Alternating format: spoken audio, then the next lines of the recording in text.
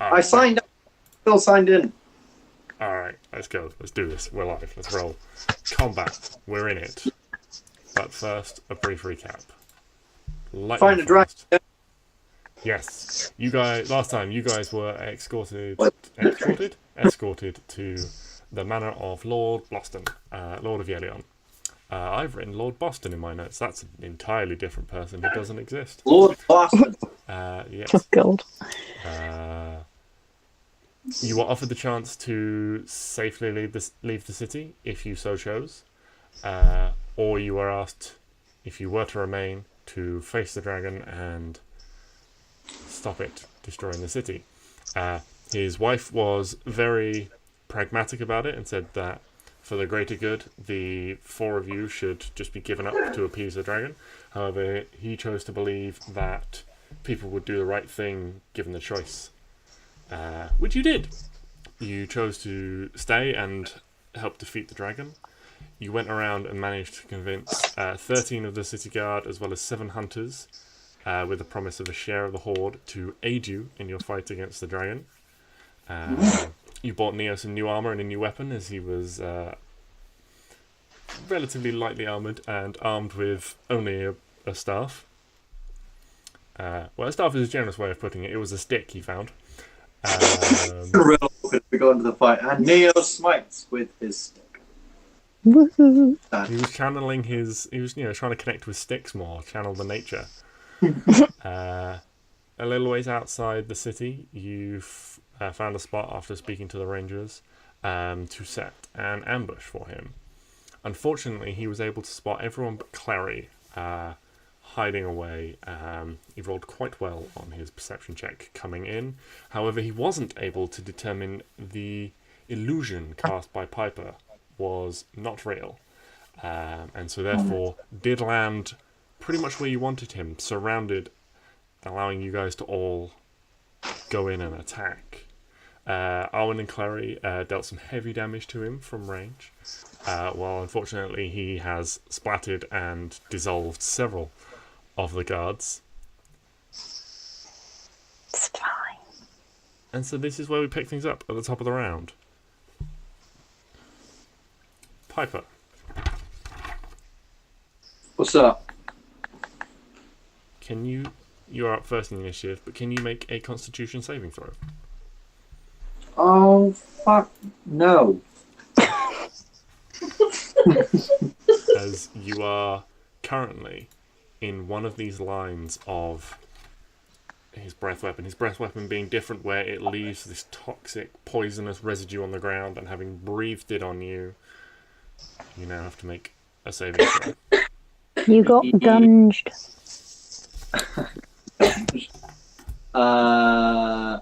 Constitution. 16 passes. Oh, thanks.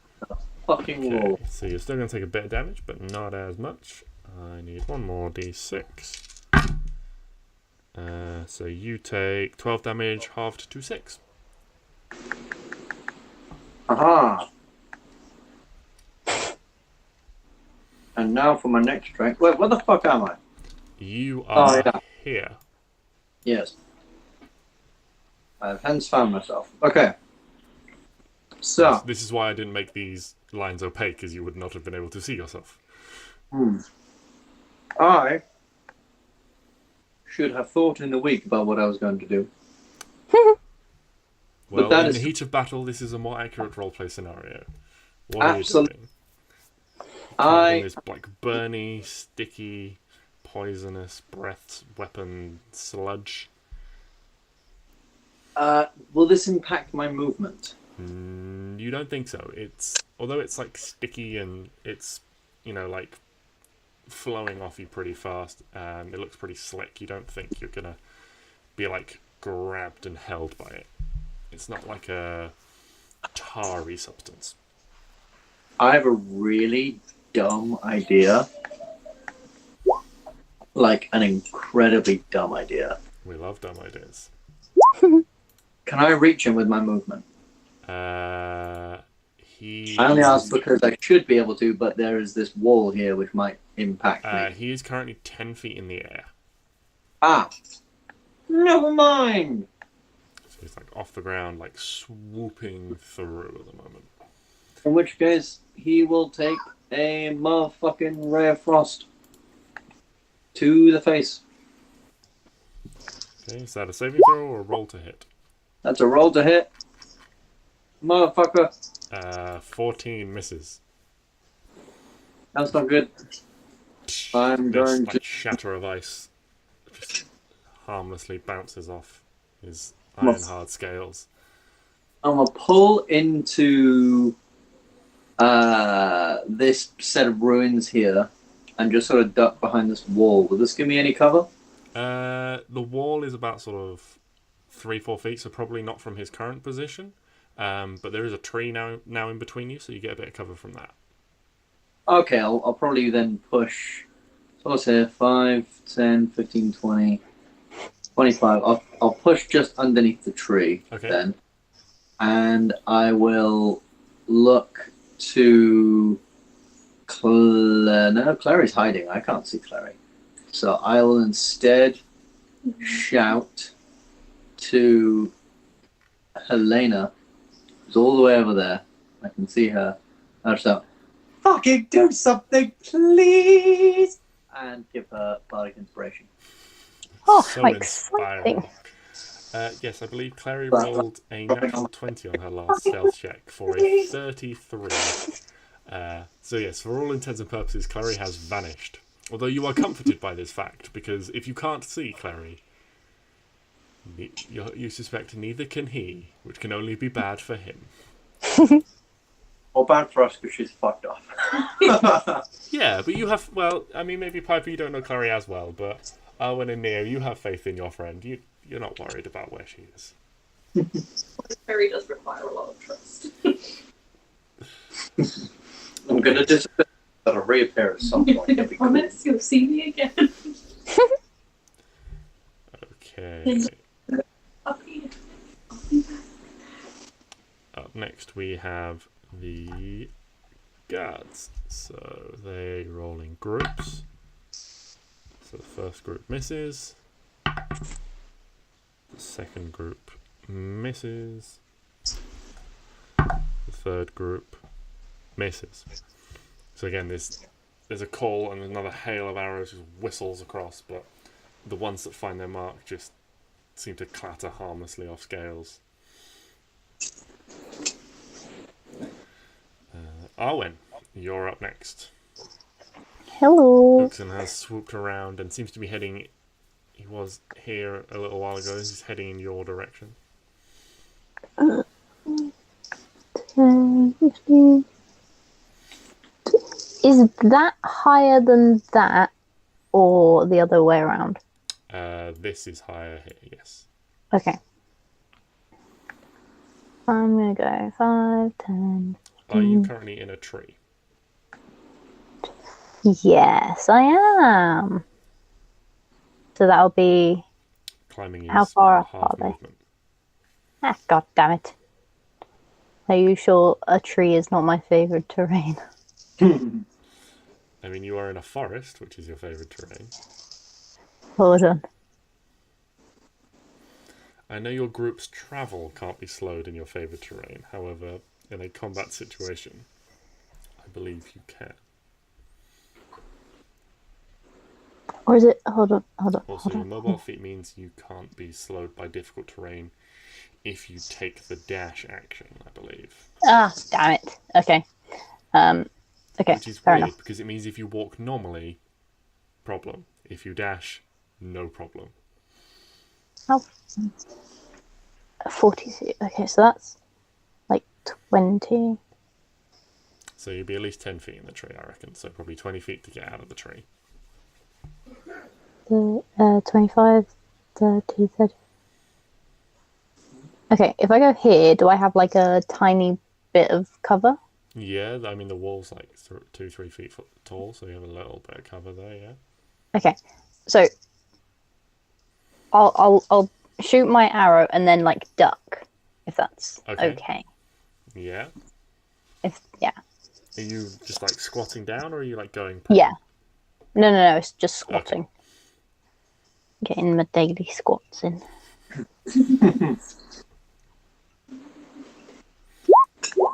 Well, that sucks. Unfortunately, we'll miss. Is it a 15? Yeah, 15. 18. 18 will unfortunately also miss. He's a little bit covered from the trees from this angle. This tree in front of him is shielding him somewhat, giving him half cover. You serious? How the heck? He's up. He's 10 feet in the air. So still between the trees. He's at the top of the tree. The mime is beautiful.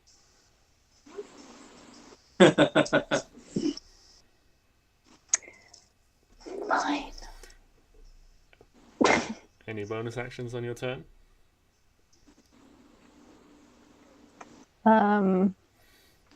No, I don't have any. Okay. I don't think.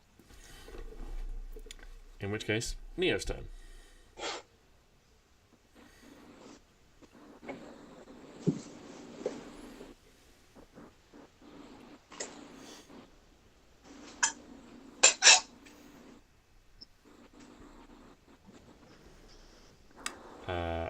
Ben, you were running Neo last session. Oh, yes, I was. If you could do so again, that would be appreciated. Neo suddenly remembers, yes, I'm here. I'm fighting. I'm fighting. Well, fucking barely. Is he dying? I don't think he's actually hit anything Oh. with his fucking thing. Does he need to make a con save for being He in does at the beginning of his turn, yes. the...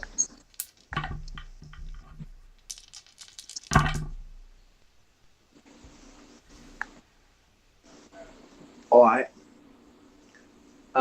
There is a +3 to this roll. It's, Yeah! so what's that? 11 plus... Neo, you never fail to disappoint me when I really...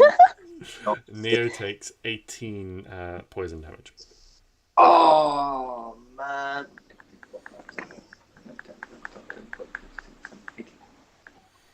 He's fine. He'll be fine. He'll be fine. He's a hardy paladin boy. What could possibly Exactly. go wrong? And so Neo, I think, is going to channel a little bit of Stix energy. Okay. Right. I really apologize if this gets him going. Nah, Neo's a more traditional fighter. So I think actually what he's going to do is he's going to go 5, 10, 15, 20, 5, 10, 15, 20, 25. No, he's just going to go here. And under the cover down here, going to lean up over the thing. Take a shot. That's a drop off in front of him. Okay, would there, or rather there, be slightly better to getting him a little bit of cover? None of that is going to provide him any cover because as he goes up there, this ground here is lower than this ground here. Oh, right, okay. Never mind. With that in mind, then he's going to go 5, 10, 15, 20, 25, army style running towards this wall. Mm-hmm. Load crossbow, fire crossbow, and he's just going to, I imagine he'll shout something along the lines of, get down here and fight like a man. Or dragon. No. Stay up here and fight like a dragon. Well, that's not very fun. Neither is that. Neither is that. And I believe so 5, 10, 15, 20, 25. And then he's going to use his final bit of movement just to go 30 and attempt to get some cover from the tree, but probably fail. Okay. Alright, well, first things first. Roll a d6. It's a 4. So, can everyone within 15 feet make a Constitution saving throw, please? We have a +3. Which is Neo, 33. Piper, and the 2 guards. Piper has a +3 roll. Oh, one of the guards gets a natural 20. The other guy gets a 4. Piper gets an unnatural 20. That's a pass. And Neo gets... That's basically, he's going to fail this because He's great. he's great. Oh no, that's +3, that's 17. Neo also passes. that's- So 6 damage to those who failed. No, that's not a thing that happens on his turn. That happens at the beginning of your turn. Never mind any of that. That's me doing the wrong thing. That's so disappointing.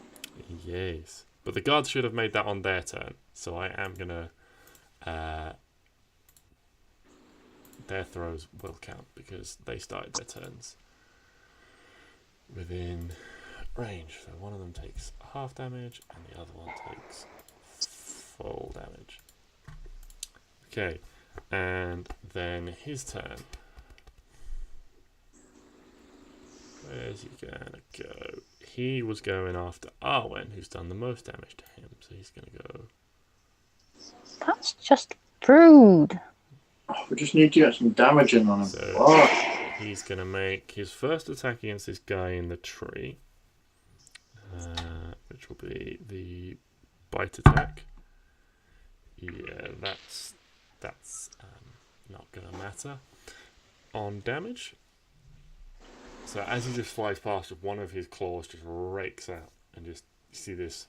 Well, you see pieces of this ranger, this guard, even just blood and viscera shredded through the air as he swoops past. He comes down and lands on the ground in front of you, Arwen, and he's going to make the remaining 2 attacks against you. 2! Yes. One is a 15 to hit.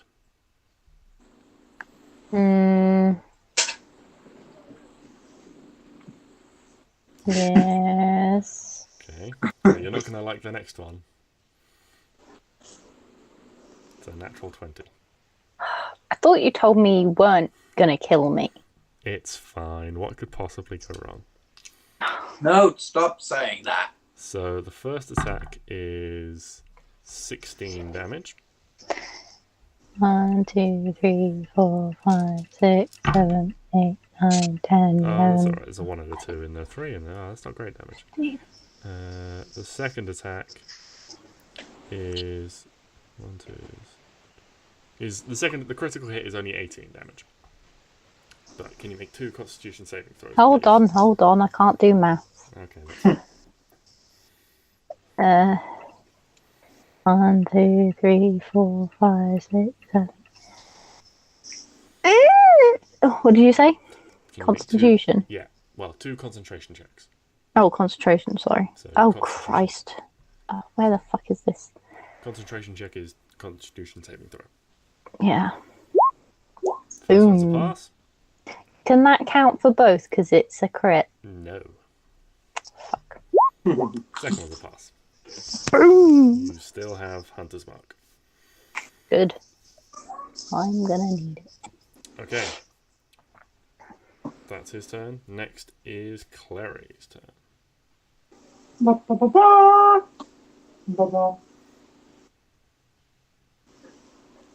I throw a dagger at him from him? I believe you are within range. I think it's about 50 feet. I believe the long range on a dagger is 60 feet. Yeah, no, I mean, I think I'm about 50 feet away. Yeah. So, yes, you have disadvantage on the roll, but you are hidden, so you have advantage, so it's just a straight roll. Using fire. No, but I don't get sneak attack. Oh, yeah. Would I have sneak attack? No, because even though you have advantage, it's cancelled out by the disadvantage, so technically you don't have advantage. Does she have someone? She has Arwen within 5 feet, though. That is true. Arwen is within 5 feet. So I would get sneak. Where the fuck are you? In the tree over here. Clary is hidden over here. Oh, I'm in 5 feet of the dragon. Yes. I was like, I'm not next to Clary. She really Jesus. Clary is everywhere. Okay.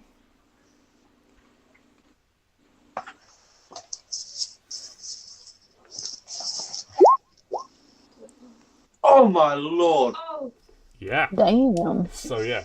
Oh, and you just see this like glint of steel as across the way this dagger is launched with precision. We needed that. Oh, that's a really fucking good roll as well. oh. Very nice. 35 damage. 35 damagios.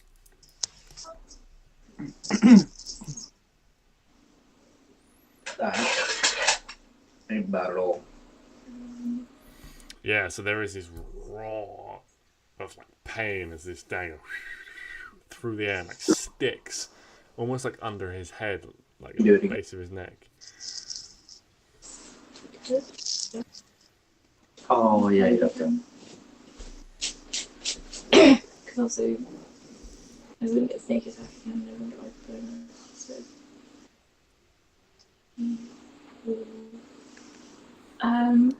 I am going to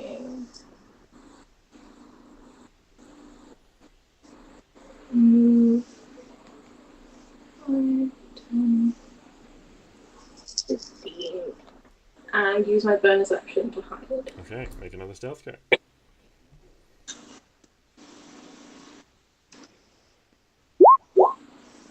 23. Okay. At the end of your turn, he is going to use 2 legendary actions to do wing attack, which means everyone within 10 feet needs to make a dexterity saving throw. Oh, this guy is also paced on the wind. Unfortunately, that's a fail, so... Oh my god. What? 18 is a fail. You take 13 bludgeoning damage and are knocked prone.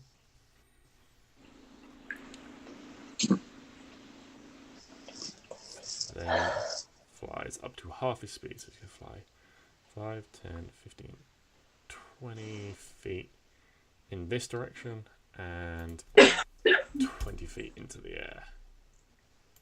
No! For fuck's sake.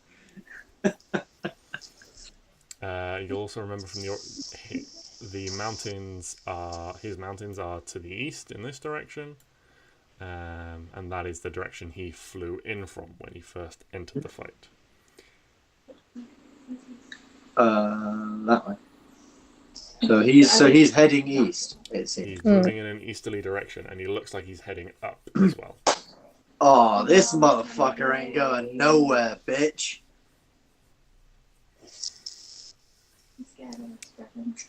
Helena, it is now your go.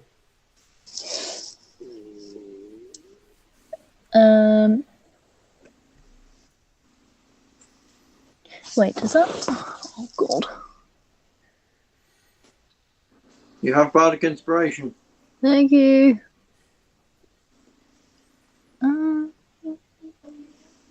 Okay. Can you make a dexterity saving throw, please? What does bardic inspiration actually? You can add a 10 to an attack roll, ability check or saving throw, whichever one you want. That's an 18. Fuck you.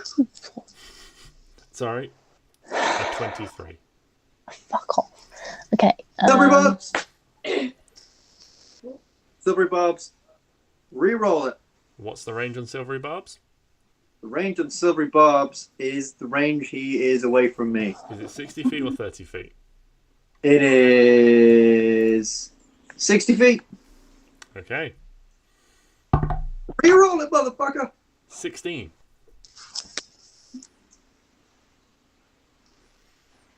Does that pass? I don't. It's the same number. He rolled a 16. Is your spell save DC 16? Yeah.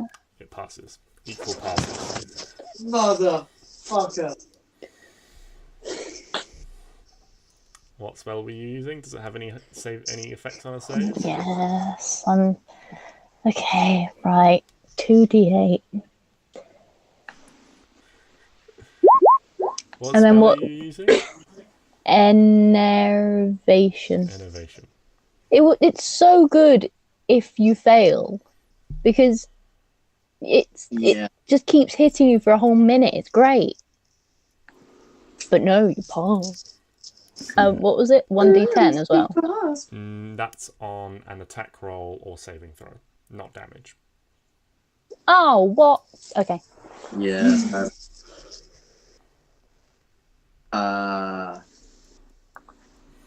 Yeah, he's looking very unhappy about this now.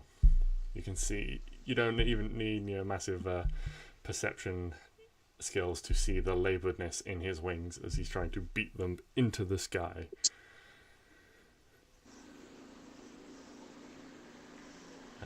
Is there anyone? 5, 10.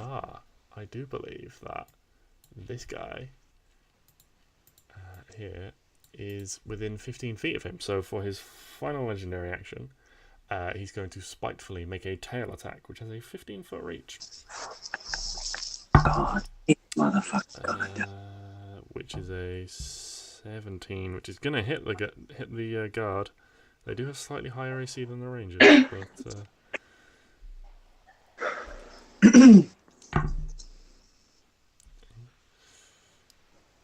How much HP have they got? Oh no. So yeah, you see this guard has climbed his way to the top of the tree with his bow to get a good vantage point. You just see the top 6 feet of tree just snapped off, and this body is flung through the air as this tail whips about in flight.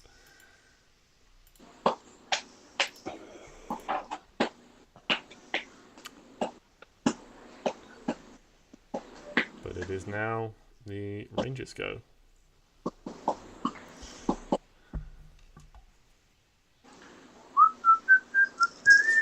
2 groups of Rangers. Unfortunately, it's only a 4 and a 10 on the dice. So again, with the speed that he's moving around the battlefield, the trees that are in the way, these guys, they're getting close, but they're just not finding the weak points in the armor. Or they're just missing their targets. He's moving quickly. Top of the round, though. Piper, back to you. Okay, I have a question, and it might be metagaming slightly, but I feel like I know Neo a little bit now, Mm-hmm. and I don't actually know whether I can do this. Can I hold my turn? So if I say if I was to say to Neo, I need you to haste me, and then can I hold my turn until after his turn when he has cast haste on me? You can hold your action. You can't hold your turn. Fuck. Okay. So you could hold a movement as your action if that's what you wanted to do. No, I need to. Oh, fuck. Okay, hold on. I need that. That's changed things. I'm going to instead then.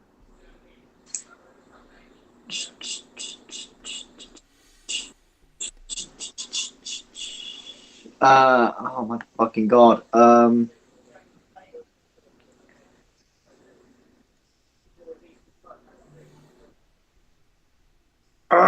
This is so weird. Okay, I'm going to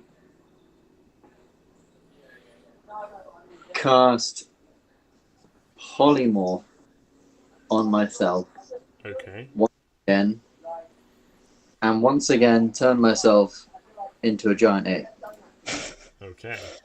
Because it worked so well last time. Piper grows huge and becomes a giant ape. Now, as a giant ape, I have 40 feet of movement. Mm-hmm. How high is he in the air? 20 feet. 20 feet, okay. So I can go 5, 10, 15, 20.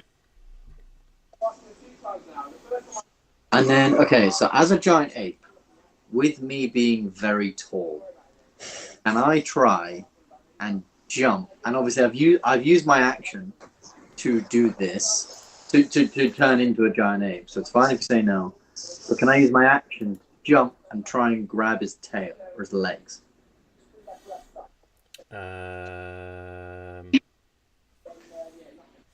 So that would eventually be like a grapple, which is an attack. Yeah, kind of. So the way like movement works, like if you were to jump a chasm in the middle of combat, and the chasm was say like 30 feet wide, and you took a 10-foot running start, you had a 30-foot movement speed. If you jumped, you would end your turn 20 feet over the chasm, if you see what I'm saying. So you can jump and essentially end your turn next to him in the air, but not be able to act. Because all this is sort of like, he's like, you know, turning and like flying up, you're polymorphing and running in. So you can jump and essentially end your turn next to him in the air. Yeah. Okay. I will do that then. So I've got the rest of my movement. I can jump, and I'll be in the air. Yeah. So you're in the air, like going to grab him. Yeah. Yeah. Make one of my attacks to grab him and try and just use my weight to try and pull him down and stop him flying, but also use grab him and punch him. You are going to, at the start of your next turn, you will fall the 20 feet to the ground. That is fine. I'm a giant ape. That is nothing to me. Okay. Nothing. Probably a lot, but I don't care. Okay, that's Piper's turn. Are there any guards left? Oh yeah, no, there's still a few guards left. So we've got 3 groups of guards. You can be. Come on, guards. That's a natural 20 from one. Yes. So 7 from another. And 6 from another. Unfortunately, the natural 20 was the red one, which I rolled first, and there's only one of him left. But so disappointing. Does deal double damage. Like as he's like flying away, this one terrified and slightly poisoned guard gets off one out, and you see like as this flap of the wings comes down and goes up again, and this shot is released, and there's like a ripping noise as a hole is like scored and poked along the wing.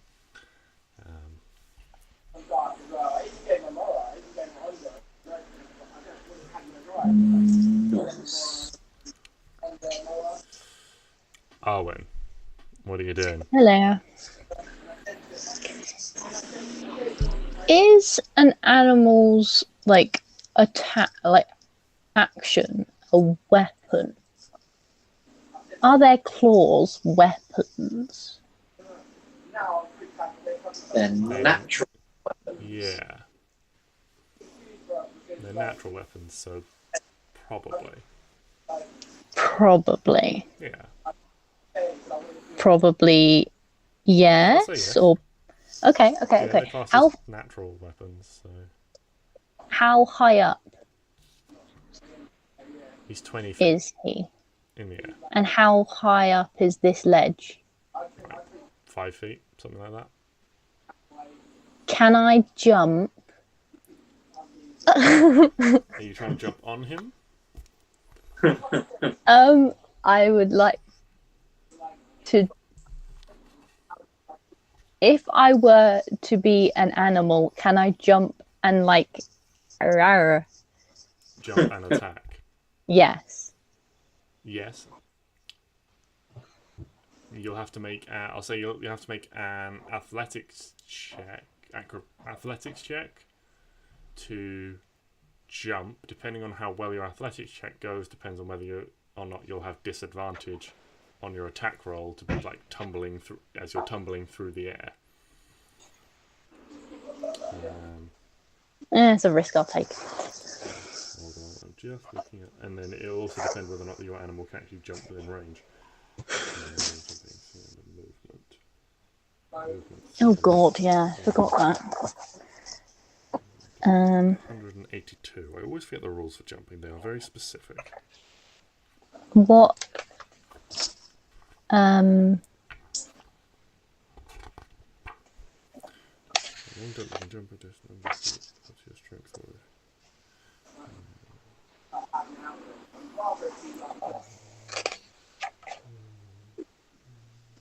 High jump, when you make a jump, you can leap into the air number of feet to 3 plus your strength. You can leap a number of feet equal to 3 plus your strength modifier, according to the rules. If you move at least 10 feet immediately before the jump. So he's set essentially 15 feet up. But that's how high you can get off the ground, I'm going to say.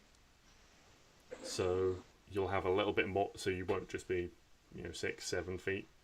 You'll have a little, so if you roll well, you might be able to get within range to just about make an attack with some claws. That's what you're going for.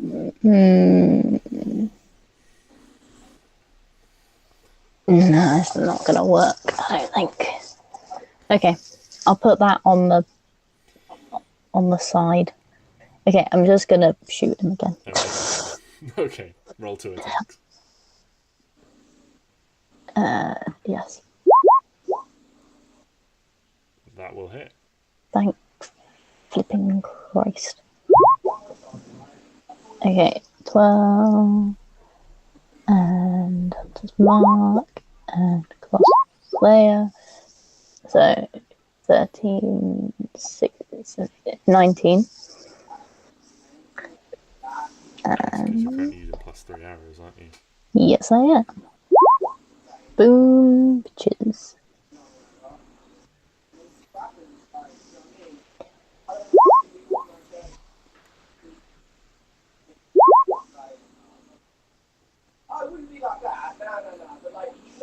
Oh, 15. Arwen, Hello. how do you want to do this?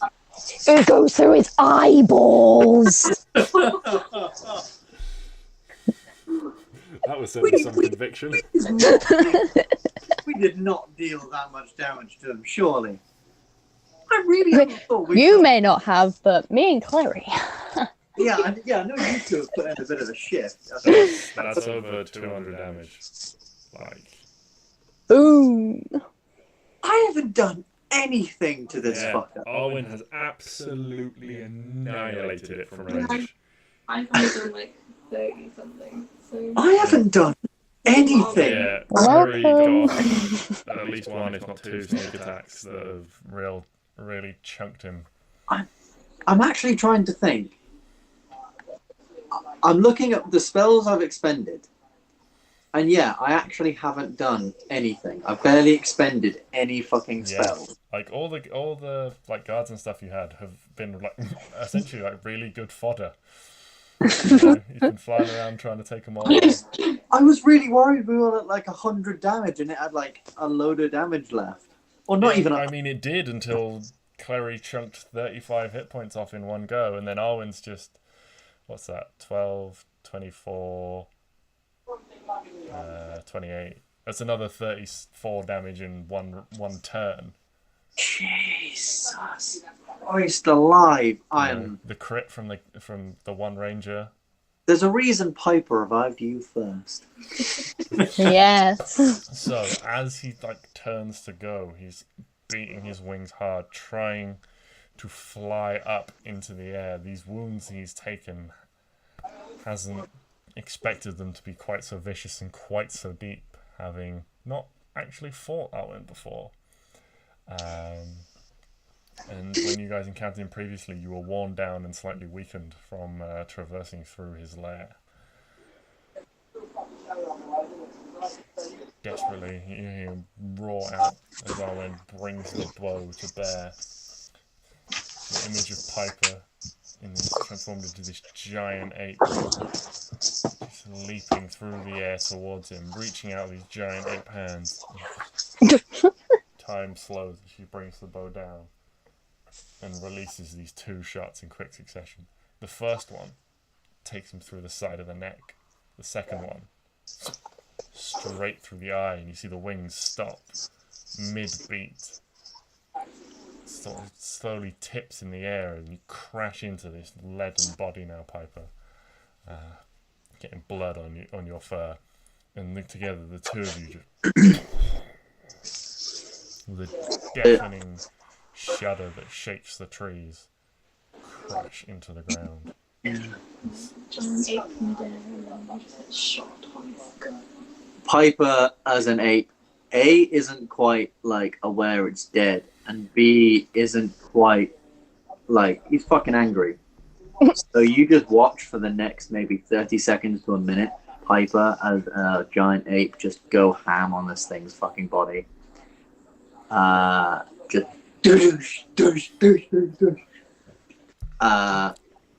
Piper reenacts the Cadbury's advert.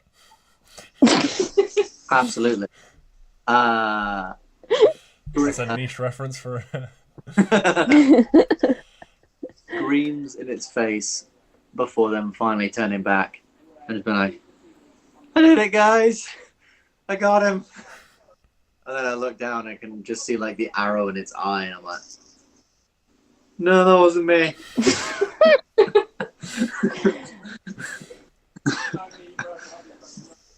I didn't do that, right? Good job. What's for lunch? After a little bit of time, the patches of toxic sludge on the ground just sort of slowly seep into the ground and fade away. I would like to. The remaining rangers and things all climb down from their trees, looking a few of them a bit worse for wear. I'd like to take one of his scales and use it as a guitar pick to blend. Yeah, okay. I've been thinking about this ever since we were fighting a dragon and I was playing a bard. How fucking sick would that be? Yeah. Make a quick dexterity check for me. Ooh! Dexterity. If you got a +6 to this, buddy. 20. Yeah. You managed to get one intact scale, and you're pretty confident that you can whittle this down or chip this off however you need to create a pick the right size for your loot. We only lost to 7 people. Those were lives. But yeah, you're right. Oh, yeah, those They were people. really, really important Did to our any of them ever victory. hit anything? A couple of them did. But if I'm honest, these guys we didn't pick the best people. I'm sure there were better archers. But hey, good job, guys! You did it. Congrats, everybody. Yes, I am the better archer.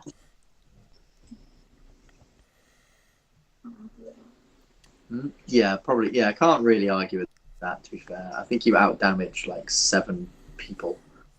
No, you outdamaged lots of people, more than 7 people. Neo's probably just stood there like really tired from running around. I just thought about that. He's been running around up with his fucking crossbow. Like just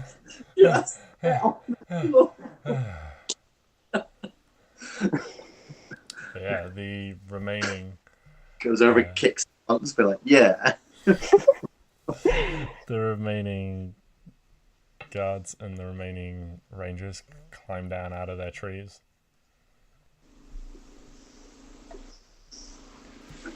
Well, people of Yelion, thank you. Justice has been served. A city saved. Now, I do believe his lair is like guarded by a bunch of scary dragon fucks. But I have a plan. I have a few plans, actually. Okay.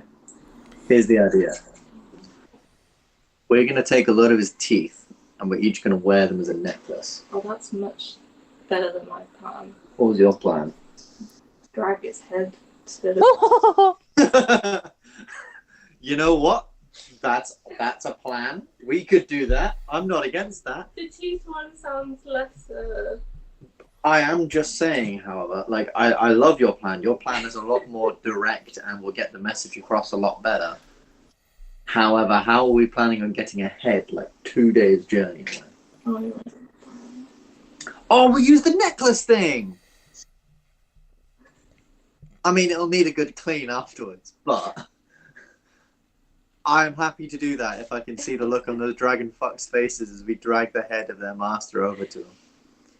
How hilarious would that be? Yes. That's a good idea, but I feel like the head would make more of a statement. Can't tell who would be grossed out by that, Helena or Arwen, because I think both of them kind of would probably have a thing of like, that's kind of cool, but also ew. I think Arwen would be the one who's like, oh, but like Hugo might see it. No, Hugo wants it. Okay. Here's what we're going to do. We're going to go on the way and find your dragon. But on the way, we'll pick up the stuff. Yeah. And so we'll take the dragon head there, show that to those people. They'll all fuck off, you know. Your king, the king is dead, hurrah, hurrah. And we'll raid this horde and then go find your babby. Yeah, as you say, raid his horde, one of the rangers comes up and like just slaps you on the shoulder. It's like, yes, the horde, as promised, our share of the loot. Yes, of course. Person that I totally knew was there. The horde is a few days' ride away, but I think we could use your help on this one. Because I don't know about you guys, and let's say like Klari and all that, but we were like outnumbered to shit when my people went there. So I think if we brought these guys along and a big dragon head, I think that'll make a bit of a statement. So, you know, basically just get fucked, mate. Yeah. So one of the remaining guards like is like walking over and like stoops down and like picks up like a foot from the floor and is like, we need to find what we can of our friends and take them back. Yes. People need to know that. Yes, they do. He kind of looks at it. It's like burials as best we can. Yes. Well, if you're on the horde, we're gonna head off fairly. I mean, I'm assuming we're heading off fairly soon. Does anyone need to stick around for anything? Anything? No, we can rest on the way, can't we? Yeah, we can rest on the way. Excellent. It'll be fine. And yeah. So rest on the way. Go there. Grab magic shit. Buck out. Woohoo! Find little dragon. Yeah. Don't behead this one. Are we gonna like bring the horde back to the city, or should we? I feel like we Just just tell them leave where it for it them. is. Just tell them where it is. It's in those Yeah. mountains. By the time you guys get there, I'm hoping no one will be there. I'm saying this to the rangers and such. By the time you guys get there, they'll be there. We obviously can't carry it all, so we'll just Are take... you guys are going straight to the horde?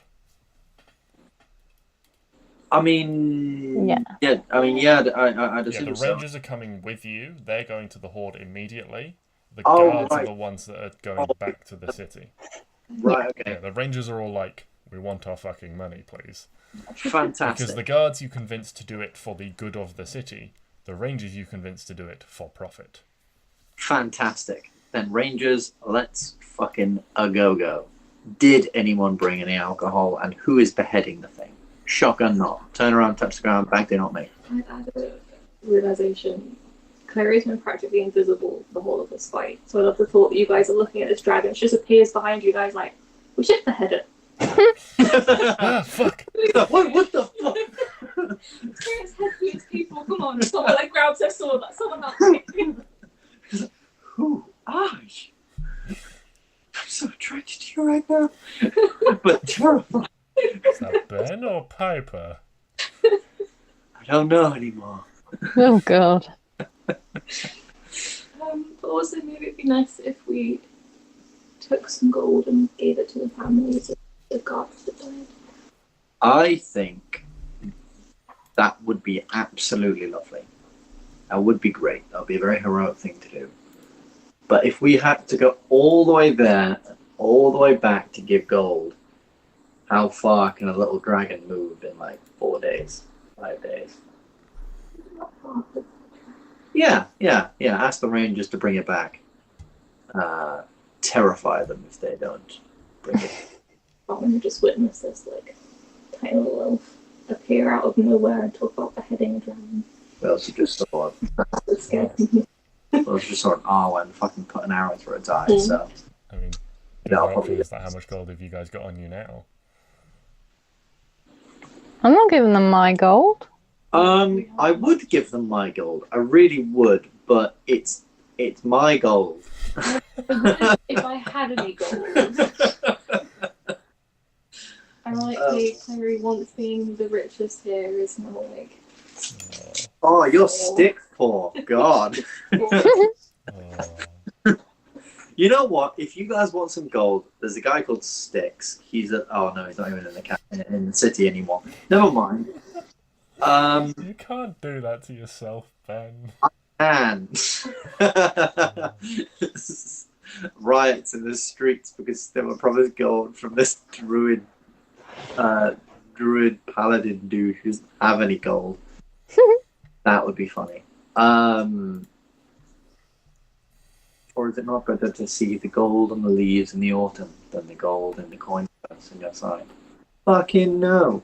I can't eat the leaves. Good. It just hurts your tum-tum. Yeah. Anyway, let's make moves. Let's make waves, Rangers. Hope you're not too tired. We're fucking up and going. Oh yeah, we need to behead the thing first. Okay, yeah, let's do that. Who's doing that? I will offer to help do it. It was Clary's idea.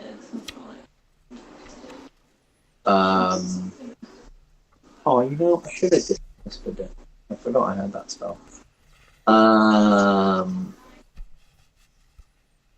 What do you? I'm glad I didn't. Yeah, I'll offer to help do it, but I'm gonna take my cloak off and set it down very far away. Okay. I mean, it's not really a helping activity. Like, you can't really help hold the weapon. No. Like, I'll do it, but I might need, if I go in through one way, someone else going through the other way, and then we might need help going through the spine, kind of thing. Hey, you said cut off its head. This is how you cut off a dragon's head. I didn't think it through properly. She did not. So Piper's just going, all right, fine. Takes off his coat, grabs one of his scimitars, making a bit of a meal out of it. Okay. Roll a strength check for me, Piper. Oh, I was the wrong person to do this. Neo. It's hard. Yeah, it's really hard. It is hard, and it's really messy. And you're basically just like making a lot of chops, and none of them are really sort of like in the same place. So it's really messy, and you can't. Eventually, you get down to bone, but you're just not really making any progress through the bone. Neo, I need help. Or Arwen, or just fucking anyone. Arwen's not doing it. Well, Helena, you're into weird shit. Could you help me off the head? Sure. Fuck.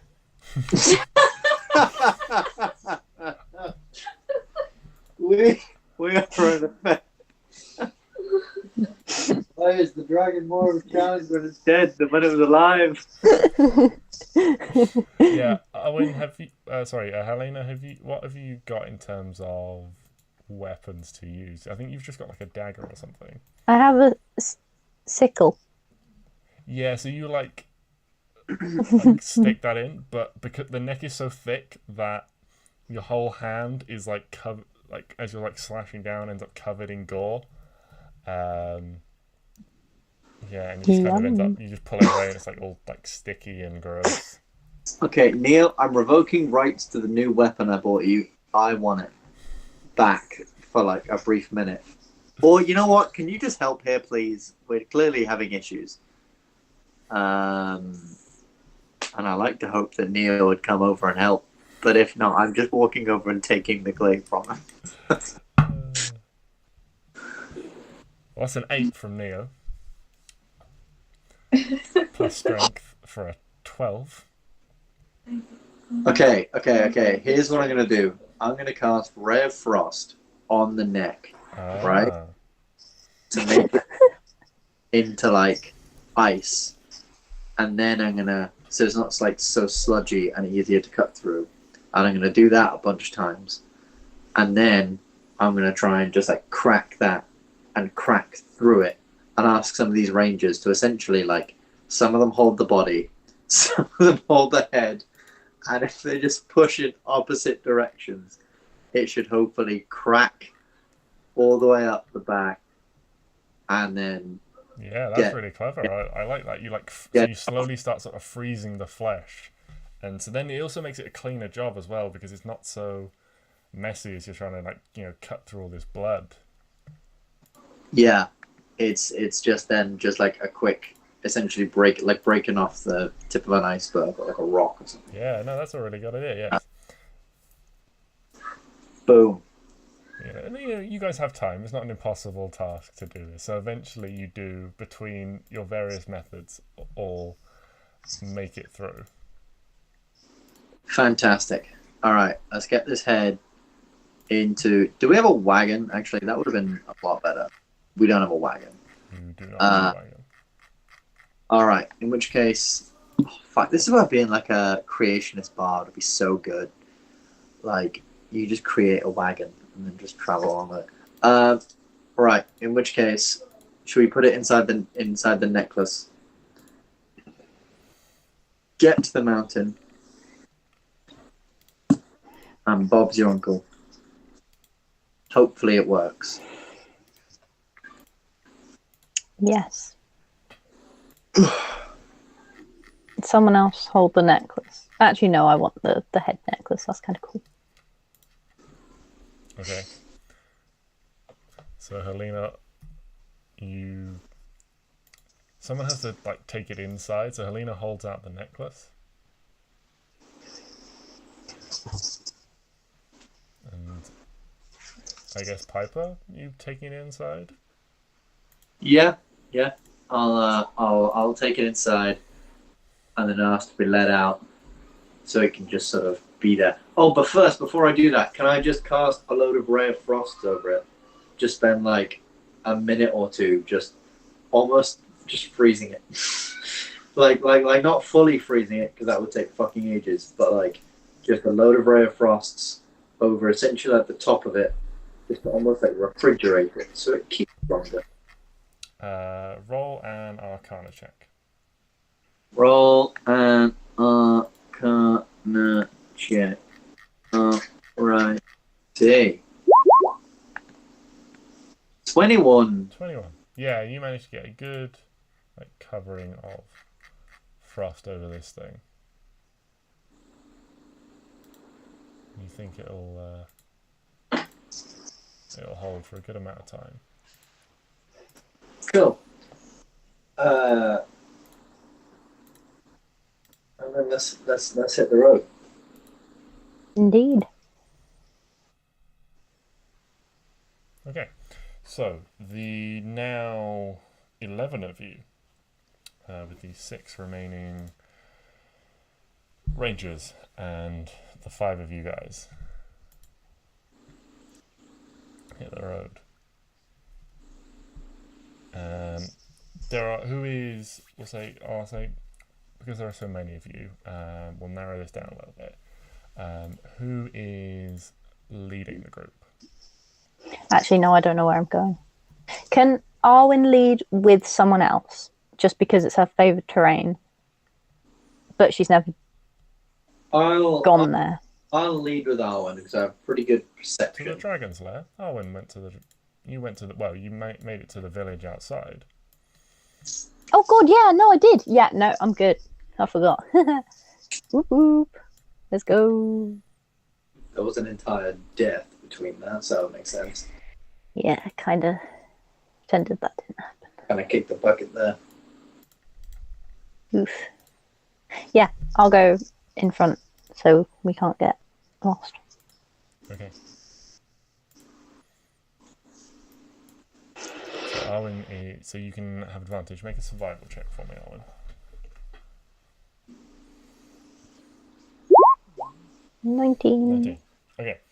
So you guys make some good progress for the remainder of the day. Making it a good ways towards Uxin's lair. You reckon, based on guesstimating your travel there the first time, the journey back was a bit more erratic and things. You reckon, as you settle down for the evening, that the remainder of the day, after the remainder of the day's travelled, you'll need another day and a half, roughly, to get there. Nice. Sweet. Okay, cool. You guys settle down for the evening. You make camp between. You've now got quite a large group. It's quite a large group of you, so. Or make your space. Do you guys? What would you guys like to do? You've got camp for the evening. You've got a safe space.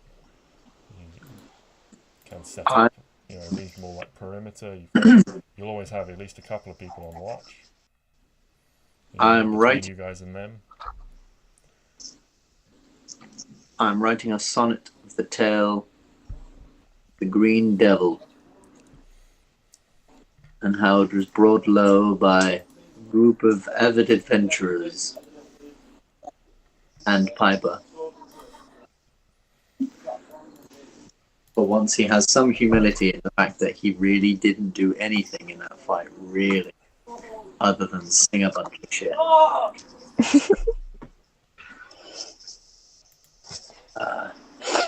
Now what rhymes with fucking scared? You were prepared. But I was fucking ha! Yes. Alrighty. Maybe I'm the bard. We were prepared. But fucking scared.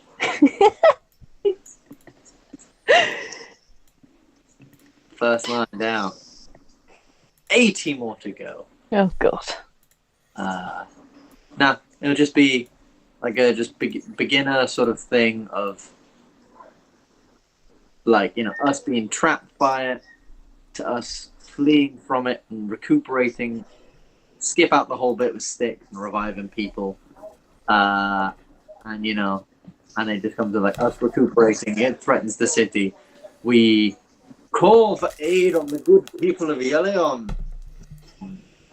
Come back and in a mighty battle. And that's what I'm doing. Beautiful.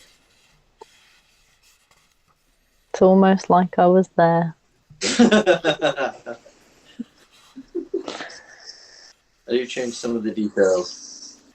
And I purposefully make it a bit weird where Piper is very purposefully a man in one scene, and then he's referred to as a woman in another, and then he's referred to not even a person in another, just a random thing.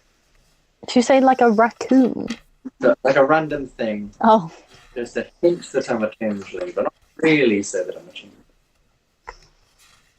Yeah. It's great. It's a great song. Probably don't finish it in one evening. That'd be insane. But I start on it. You get a good draft going. Exactly.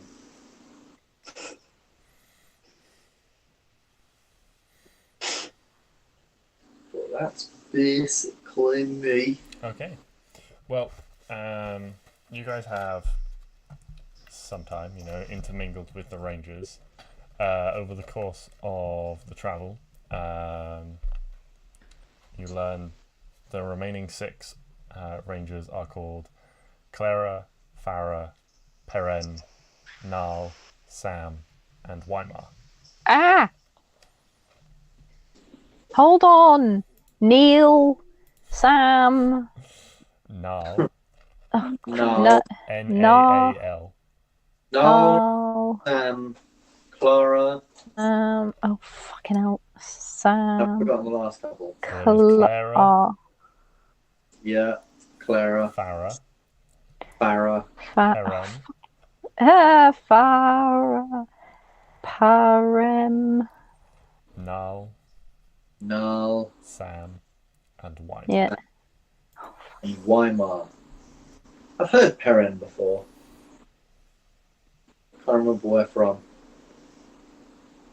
I bet Farah's pretty fast. You can run long distances. Parem. Rangers. I'll also like it noted that as much. Yeah, like Piper doesn't remember these names. They're not in the song. I mean, they're in it, but they're not like in it.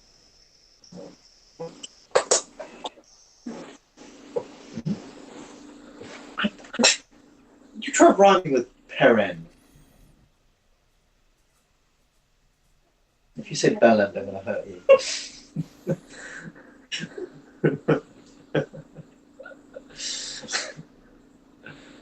Oh. Felem.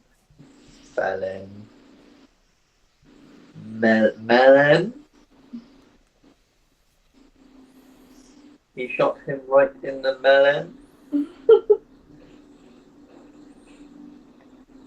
Piper wasn't there. That Parem. Baron. Baron. Perrin was Baron.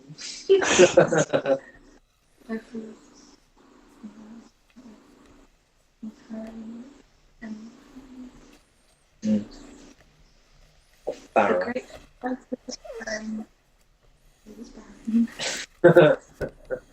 Let's find this sadly was Baron. So we had a nice long rest during this time. Yes, you can. Oh, hallelujah. Oh, thank every god above. Hey, that's the point of them. I'm singing you all to sleep with a jaunty tune. My beautiful 2 spell slots are back. I think same. Like I think I used about 4 spell slots in that whole fight. My bardic inspiration is all back though, so that's fucking fantastic. But I think I used 3 of those. Claire didn't use anything. You did not. Oh, no, she might have tried to put it to sleep. I think she tried to put it to sleep. No, that was ages ago. Yeah. Yeah, it was in the cave. Yeah, it was in the cave. You tried to put the dragon to sleep. It was 10 hit points. You guys all wake up the next day. Oh, thank God. Clara and Perrin have had the last watch and are both like bleary-eyed and sleepy, but they wake up a bit as Nal makes everyone some breakfast based on their rations. And you get a relatively early start to the day. The Rangers are all like packed and ready to go pretty quickly. It seems like they're used to breaking camp and ready to set out. Who is taking the lead this day? Arwen again. Okay. Make another survival check with advantage. Woohoo! Ooh. 26. So, Arwen, around mid-morning, you spot a shirtless figure hurrying through the trees towards you. He has long, golden blonde hair. You spot lots of little cuts and bruises and things like that on him, as if he's sort of been like scratched and torn. He's dirty. His hair, which was probably once, nice and like long and luscious, has twigs and bits of leaves in it. You see, like, his trousers are torn. He doesn't have a shirt. He's only got one boot on. It's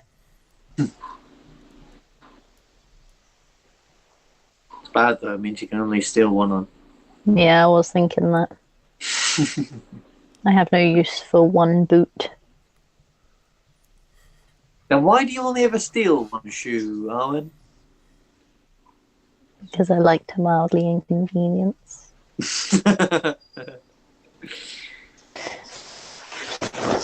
It's much more fun. Is this man, does he look erratic? Yeah, he's sort of like limping along hurriedly. You've spotted him well before he spotted you. Or any of the party. Mangy man at 12 o'clock.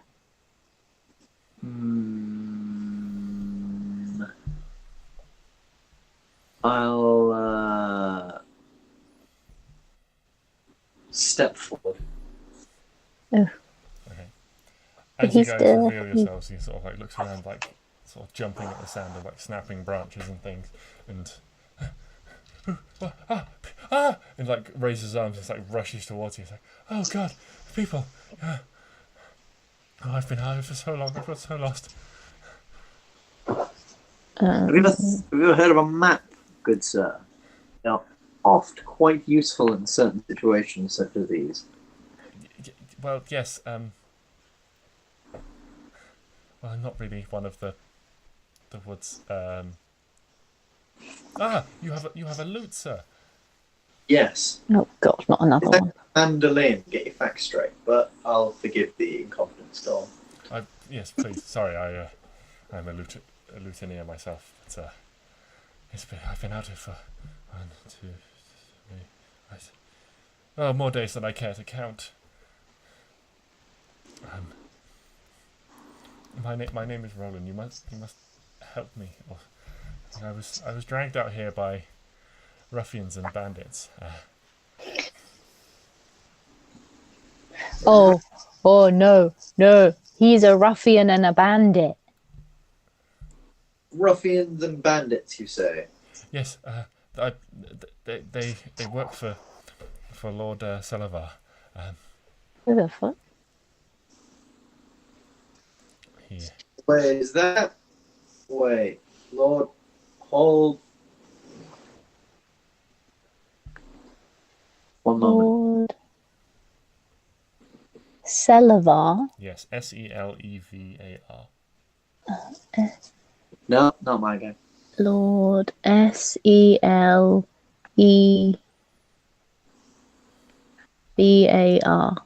Lord Selavar. Cannot say I have heard of such a man. You have not heard of the Selavar family?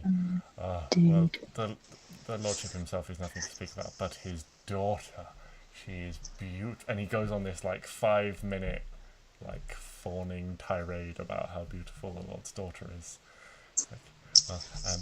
She is the reason for my predicament, you see. She has a love for the performers, and when she came to see my show, really? I was hired to perform at his lordship's birthday, and his daughter, well, she took a liking to me. However, Upon discovering, how shall I put this delicately, that I had overstayed my welcome in my lady's chambers, his lordship had me dragged from the house, and several of his men tied me up and on the back of a horse, and I was monstrously uncomfortable, I tell you. I lost one of my boots along the way, and I've got this big splinter in my toe that I just can't get out. I'll just chop the toe off if you want. No, what would I do without my toe? I don't know, the same as you've always done. I don't know. Which place of civilization? Can you spare any clothes or money, my friends? No. I would, but we are on an incredibly important mission to go take back a mountain.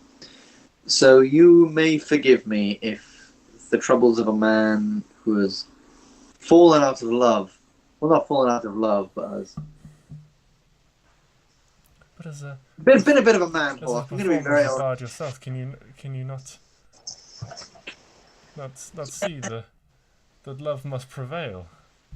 There's a difference between you and me, though, and that's that I don't get caught. You did. And, you know, that is a bit of a that's a bit of a stigma issue. Yeah. Should have jumped out the window, mate. Gotta be honest. In and out. Ding bang wrong. Bish bash bosh. As the kids say, should have ran. Should have tried to persuade them that you were there to help her with a stomach issue. Or were offering her some other service. Oh, I was offering her a service, all right.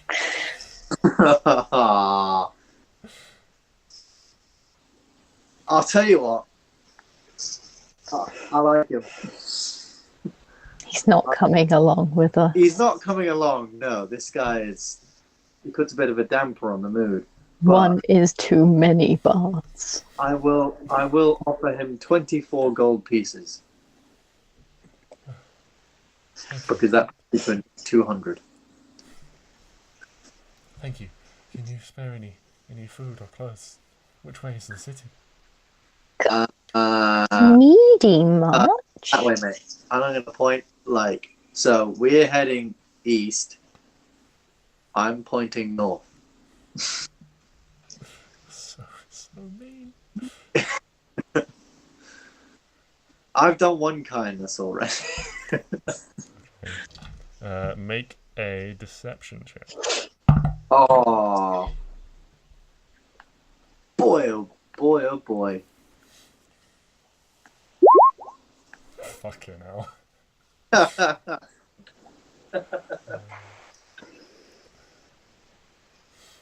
He claps you on the arm and he takes the gold from you. He's like, thank you. And immediately heads off north. Can I give him one fancy man shoe, but it's the same shoe as he already has on? Like, the same foot? Yeah, he'll take that and he struggles his foot into it as best he can. Excellent. Right. Just starts sort of making his way, hobbling a little bit. There's this unsteady gait now as he's now got 2 right feet. Bye-bye. Hurries off. I wonder where the hot girl was. I don't know. And then I transform into him. But we shall be seeing her shortly. And I continue Well, on. that's the way to get kicked out again if you're going to look like him. I'll be fine. I'll change something. I'll give him a haircut.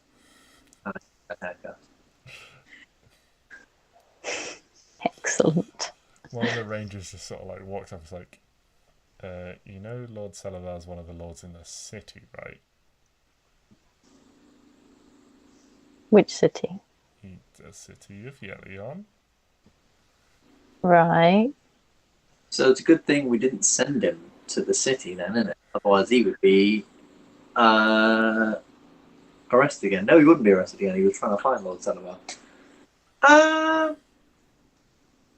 That's a problem. So we can just go and see the pretty lady later. That's nice.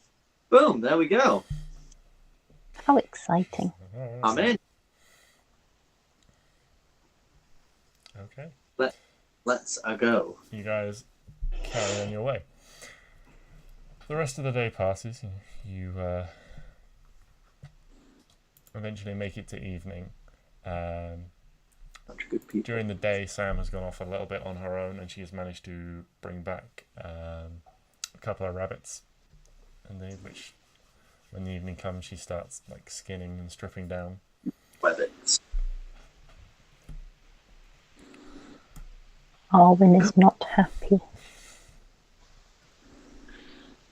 But yeah, she. One of the other rangers produces a small pot, and they collect some herbs, and a fairly passable stew is created. Lovely. Arwen finds this delicious, but is still not happy.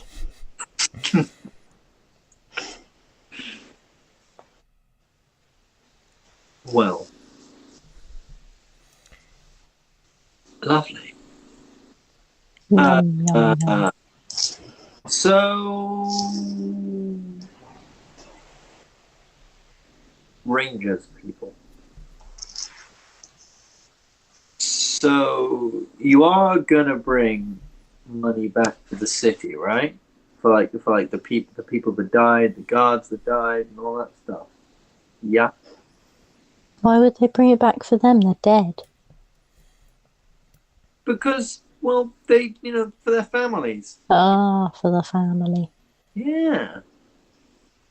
Be nice. Not specifically for the dead man.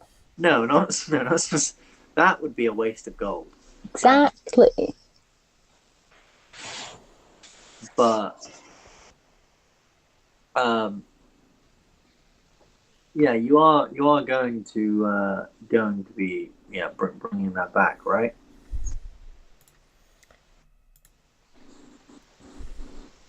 There's sort of a bit of a silence for a minute before Weimar eventually speaks up. It's like, well, the way we see it, we've got a 1/11th share now of this plunder, or probably as much as we can carry.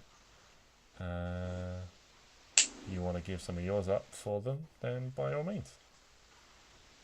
Well, I feel like dying for this kind of gold should give them some, we should give their families something, should allow them that comfort. We'll give them Piper's share. Or, and here's a better argument. Who said that? Arwen or Helena? Oh, Helena.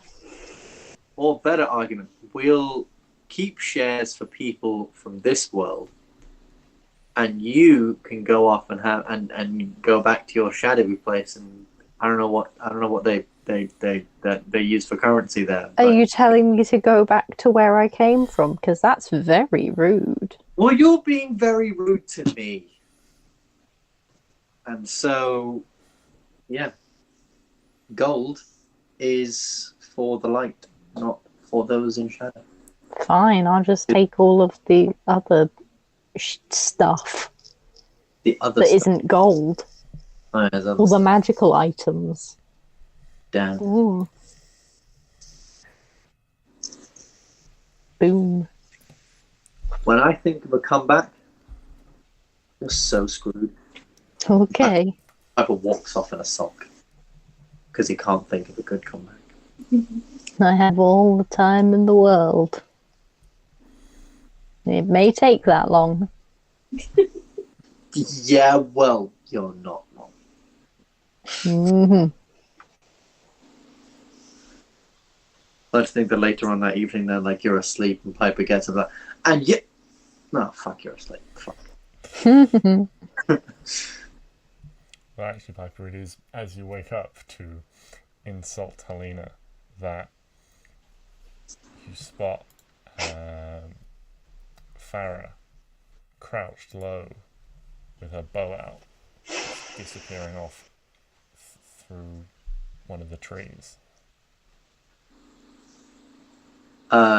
can I see what she's going after? Does she have anything on her? Is she going after some kind of danger? Would I be able to assess, or is she trying to escape us, as in we're the danger? Make a perception check. Oh, I was hoping you'd say that one as well. I got +9. Yes, Arwen / Helena. Helena is in a trance, and I'm still conscious. Can I see what's happening? I'm going to say with your trance, you still like close your eyes as if you're like resting, so you can't see. Okay. But you can. Can I hear? Hear, yes. So you would have heard a conversation between Farah and Paren. It went along the lines of, "Did you hear that? Yeah, there's something out there." And then sort of quiet, and then you just hear like, "Pick, boulder, parchment, shears, boulder, parchment, shears, boulder, parchment, shears."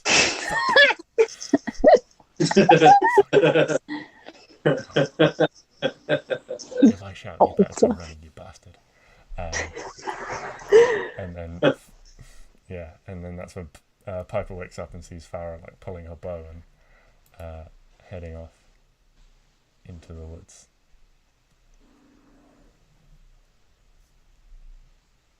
With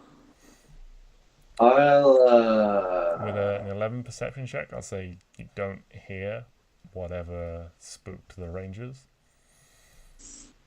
Well, she's got her bow out. I'm going to assume, not like assume the worst, but assume something is going on. So I'll sort of get up, and so one of them got up. Mm-hmm.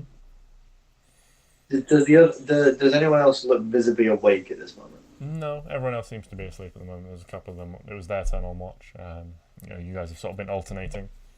So a couple of you guys on watch, a couple of them, one of you, one of them. Okay.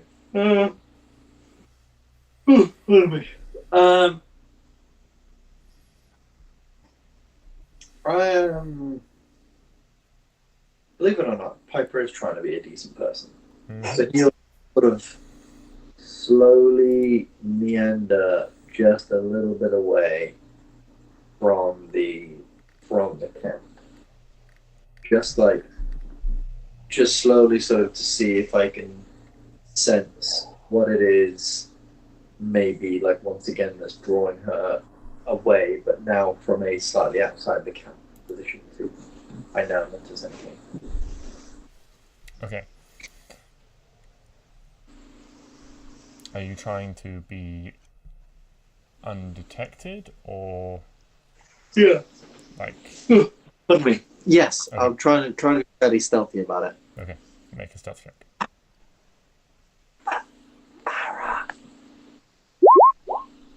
Oh, for fuck. So you head off. Perrin watches you go. It's not particularly bothered. Asshole! But yeah, so you're like walking through, like pushing your way through, and you think,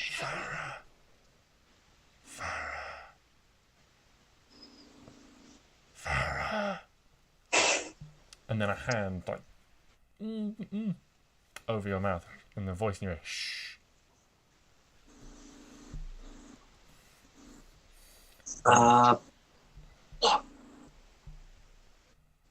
Or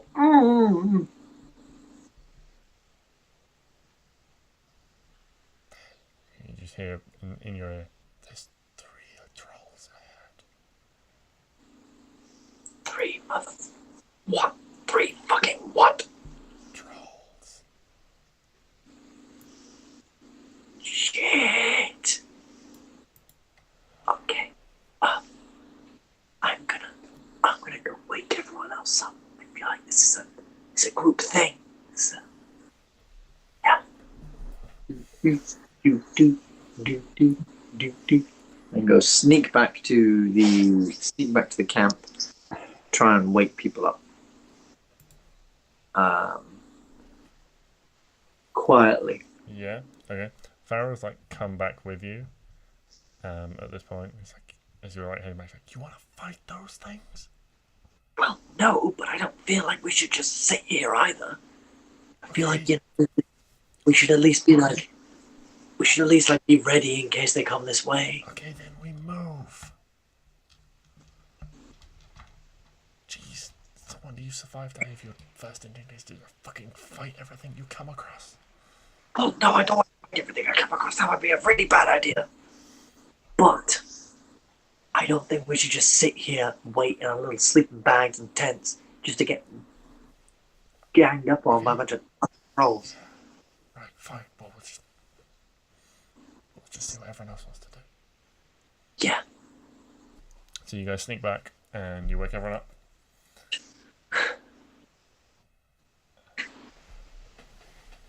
Wake up! Try and wake everyone up. Yeah, so you're all now awake. Trolls! 3 of them. What do we do? The Pharaoh's like, well, obviously we move around them and just try and avoid them. How many of us are there? 11 between you.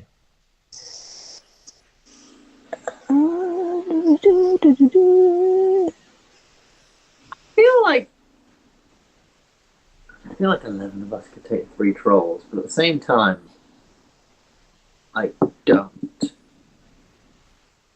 When something says within 30 feet of you, is that 30 feet either side? Yeah. Or It's 30 feet? all around.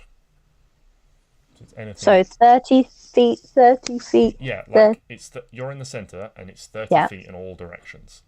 Ah, So what it's a a great 30-foot save. sphere, essentially. So if you're like on different levels as well, it'll go up and down. Okay, so that's like everyone.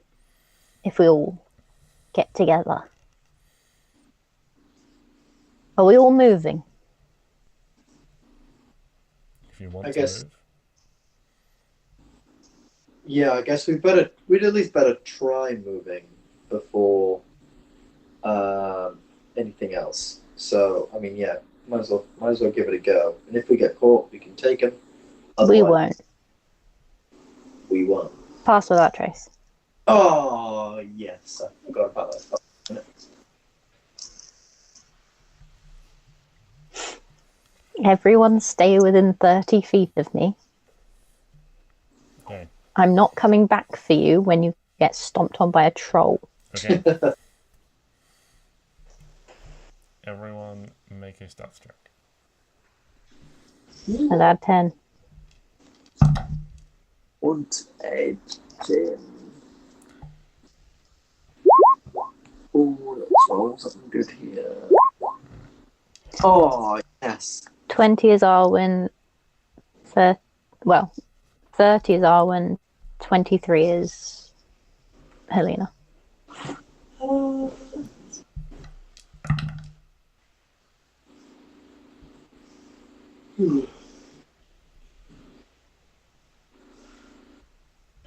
I'm going to guess Clary gets 30. No, 49. Oh. 39. I was almost there. Oh, no, wait, no, that's 29. But yeah. I knew it ended in a 9. 20 points off, but 49, I think that's impossible. Is it? Without some, like, bardic inspiration. 2, Some stuff. 3. No, because she could, if she'd rolled 20, Yeah. 30. 40, Yeah. Oh, 43 is her. Okay. And then Highest. what have we got from you? Yeah. guys? So we have a 30. Yeah, it was impossible. 30.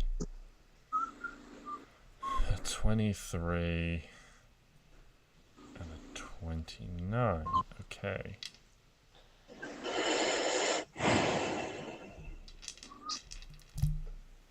Alright. What's a troll's wisdom score? I bet it's fucking shit.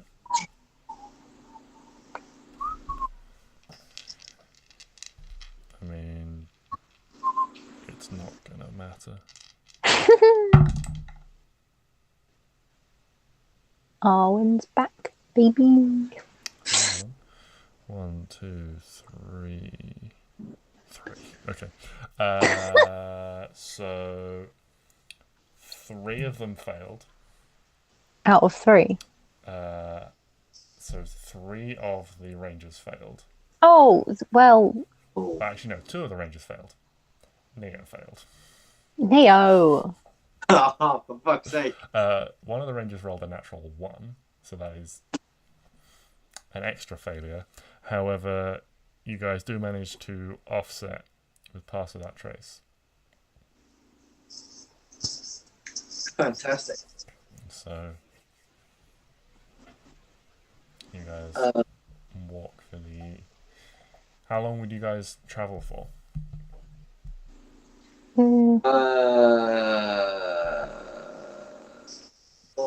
Probably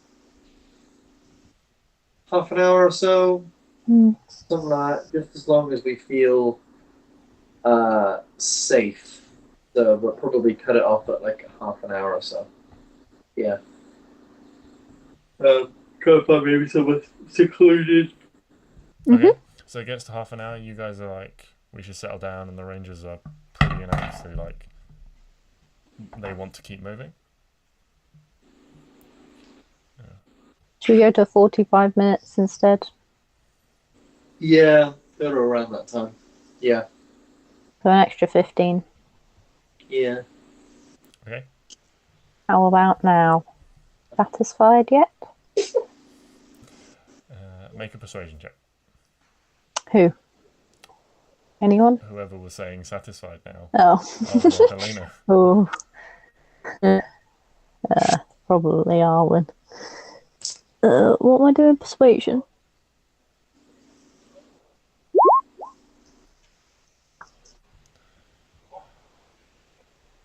Oh, everyone's quite tired, sleep been interrupted, has been moving at a, it's quite tiring to, watch where you're going the whole time, moving stealthily through. Weimar's like, yeah, this should do. We settle down here, but an extra watch, I think, just in case there's something else about. Sounds good. I agree. Arwen is asleep before anyone else even agrees that we're done for the night. Okay. Yeah, and you guys pass another night and take another long rest. Nice.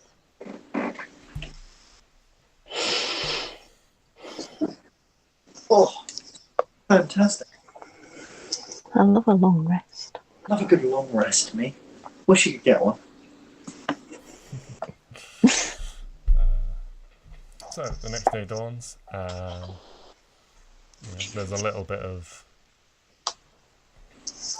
tension in the group from, you see the rangers are quite stressed, like looking around. Clearly, you guys are seasoned adventurers. You can handle more than most people in the world at this point, especially as a party. But these are basic hunter-trapper types. They were in it for the money and for that was offered. They tend to use their skills to avoid any danger they come across. You seem to find.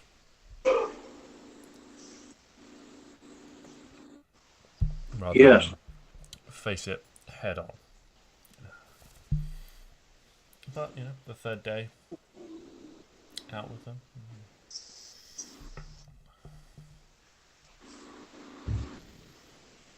So, you make your way. The mountain is now much closer, and you think that you could probably make it by the end of the day. Again, whoever's leading, another survival check with advantage.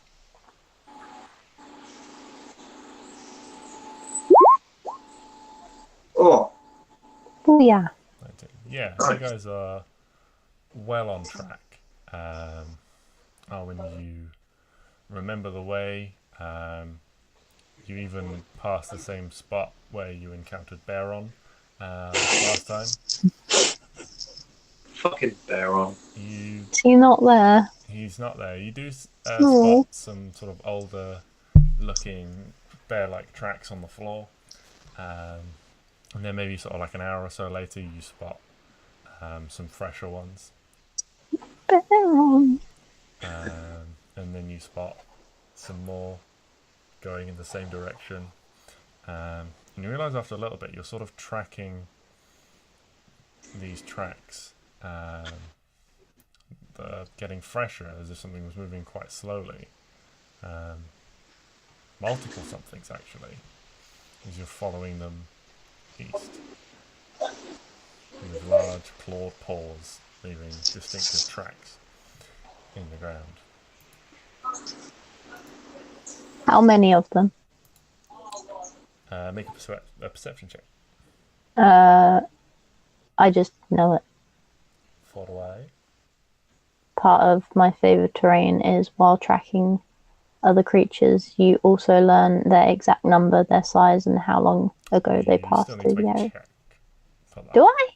Yes, because rather than just tracking them, you still need to make a check to actively track them. You have just spotted some tracks on the ground.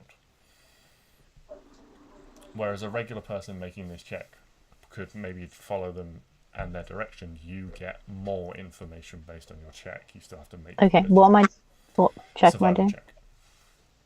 Normal or advantage? Unless someone wants to help you, just normal. Not because I'm in my favourite terrain? Do you get advantage on checks to track in your favoured terrain? You're getting advantage on these survival checks to navigate because you're part of this group. I will give her bardic inspiration by just, as she's analysing the tracks, just sort of strumming like dun, dun, dun, dun, dun, dun, dun, dun, dun, dun, dun, dun, dun. Is that advantage or extra? That's a D10 on your roll. Okay. What am I doing again? Survival? No. Yeah. Yes, thank you. Sorry. Fuck. Not a D10. Could be a 17. Highly doubt. 14. Not bad. Could be worse.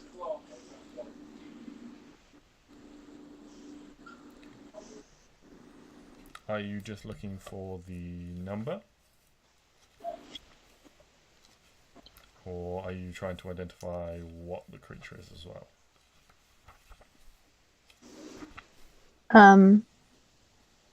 What the creature is as well. Okay.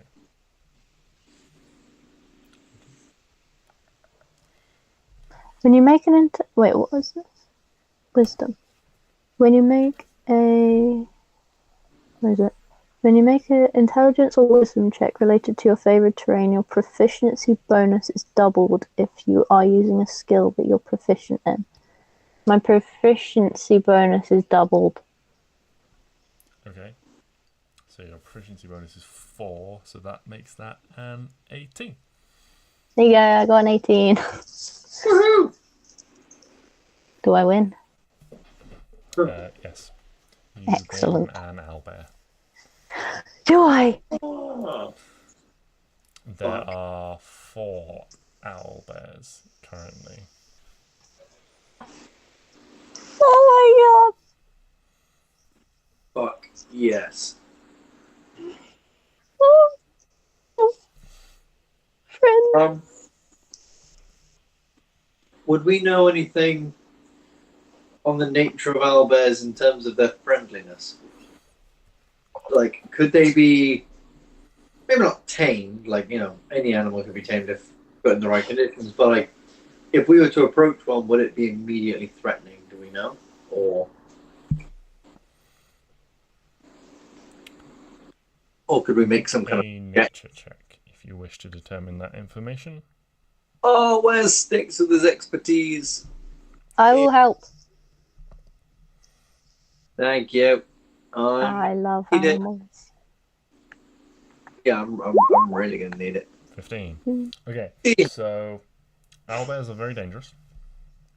But they're adorable. They tend to emerge at night, so not always, but often.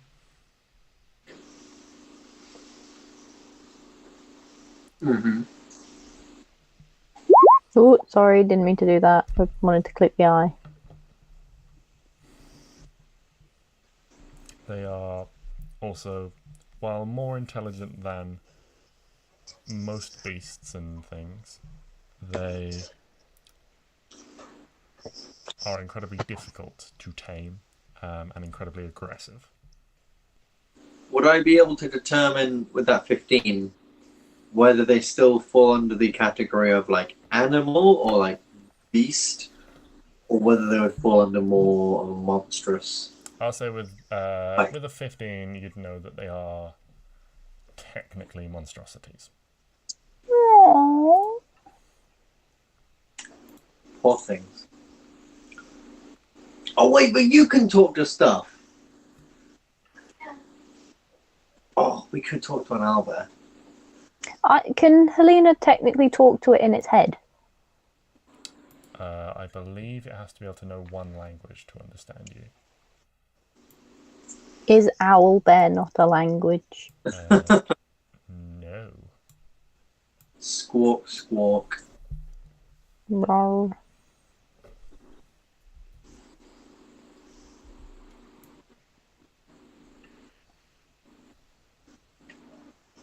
I think if I use my spell at any Oh. person talk to it, Oh, that's so good. it grants the creature you touch the ability to understand any certain language it hears.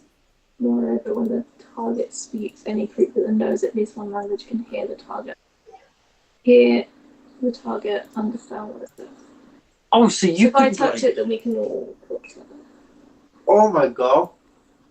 That's such a cool spell. What is that spell? Tongues. It's one I got from the ring. I feel like that could be a druid spell. I don't know, but Yeah, it's the one she got when she made a deal with the mysterious figure. it was very weird. The ring in exchange for a favour. Why the hell is it only bard, cleric, sorcerer, wizard, and warlock? Stupid spell.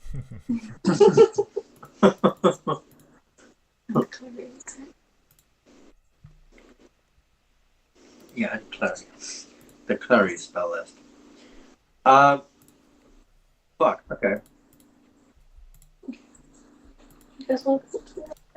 I don't know, do we talk to an owlbear or do we continue with the very important mission that we're doing? We talk to an owlbear. Yeah, but I might learn something about The whole way that Arwen is asking Clary if she'll help Arwen make friends with at least one of them, and if there is a small one, can I please have it? Thank you. You're gonna steal their child away. No, adopt. Adopt after brutally murdering its mother. Yes, I No, understand. no death. Not to the owlbear. owlbear. Okay. Can be best If friends you with say this owlbear knows anything about Hugo, it'll be the luckiest shit the world has ever fucking seen. The most Oh convenient. my god, what if he's riding on his back? That would be Hugo the owlbear tamer. I would cry so much. I guess I would like to touch the owlbear and cast tongues. Well, currently there is no owlbear. All you have is tracks. Let's Right. go. Although it's okay. Then Owen is running head first. Okay. So Arwen takes off running. I'm The gonna tell little skit. wait here, we could be a while. You're letting Arwen go alone? No, I'm gonna tell the Rangers. Wait here, hold on. Okay. I don't know. Okay. So you guys head off after Arwen.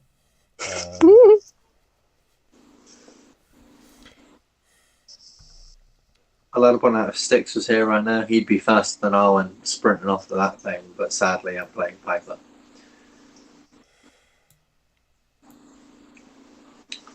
Piper hates nature.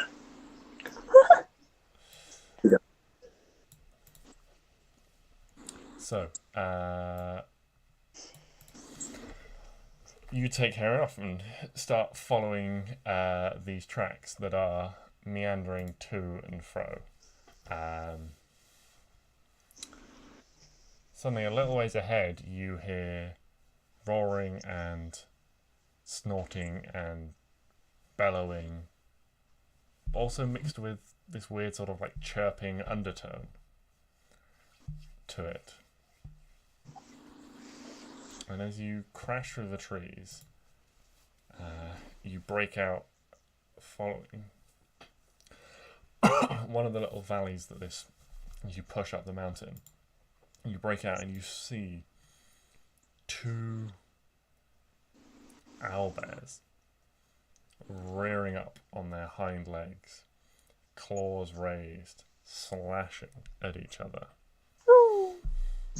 And as they push at each other, one of them like crashes down. You can feel the vibration as his heavy body hits the floor before it rears up, roaring again, just snarling, swiping its claws at the other one.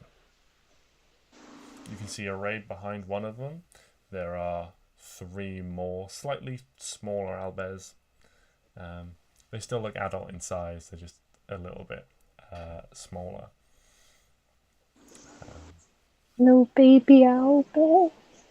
And off on the other side, you can see a singular large owlbear as well. It seems like almost 2 groups have collided, walking through the forest and are fighting each other. Oh, 2 like packs. Yeah. You get the sense with the way the paths diverge that 4 of them have come up one path and 2 of them have come down another, and now that they are fighting. I cast hypnotic pattern over their whole group. They are not all close enough to fit in. The main sort of fight where they're where a lot of them are beating each other up. Okay. Well, pattern's a 30-foot cube. 30-foot cube. Okay, 5, 10, 15, 20, 25, 30, 5, 10, 30. Okay, you could get 4 of the 6 of them in the cube. Perfect, that's all we need. Okay. What is the saving throw on hypnotic pattern? Wisdom, DC 17. DC 17. Okay, and that has a +1 to wisdom. That's a 19. It's a 15. A 12. And a 14. So one of them saves. So as you come up, you can see that it seems to be that 2 of them are locked in like direct combat and 3 of them are sort of hanging behind. It seems like whichever the leaders of these 2 packs are have come to blows against each other. And you see the one... you know what? I'm just going to show you. Because it'll be much easier. Oh, look at that little ball burst! So you can see that this one and this one, from the way they're positioned, have come up this path here. You know what? Why don't I do this for you, so then you can just easily identify it as well. And then the other 4 are together. What is the ruling on hypnotic pattern? Is it until they take damage? Or is it until they take damage from you or an ally? It is just, so... spell ends for an affected creature if it takes any damage or if someone else uses an action to shake the creature out of its stupor. Okay, so... this one and this one failed. The red one passed, and the blue one is temporarily dazed, which allows this one here is temporarily dazed by the spell, which you see it rear up, and the pattern goes off, and it just sort of like its paws drop down, and the other one just comes in and like flattens it, pushing it over, getting on top of it, and its jaws start snapping at its throat. But having taken this hit and fallen over, you can suddenly see and starts like slashing with its claws, and like its hind legs try and like kick it off. But the red one is now on top of it and has the advantage in this situation. You see there's like fur and tufts of feathers like in its teeth as it's like trying to bite in, and the other one's like thrashing around. I have a new idea. I don't want these things fighting each other no more. This is just sad and loud. So, I'm going to use one of the cards from my deck of illusions. Okay.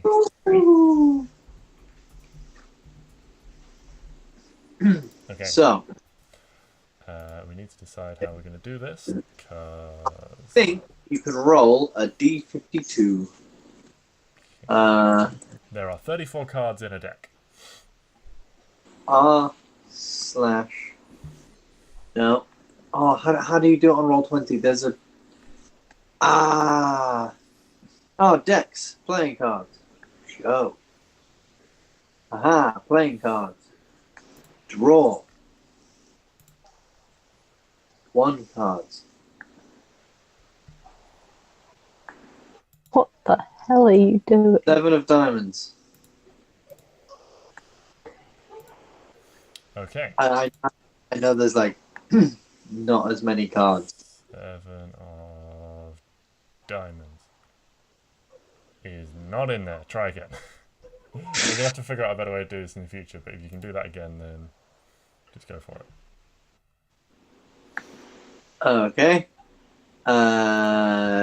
Jack of Hearts.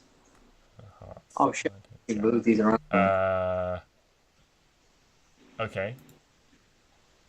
So you pull a card, and the Jack of Hearts, and you throw it on the ground, and a tall, sort of hunched over elven figure.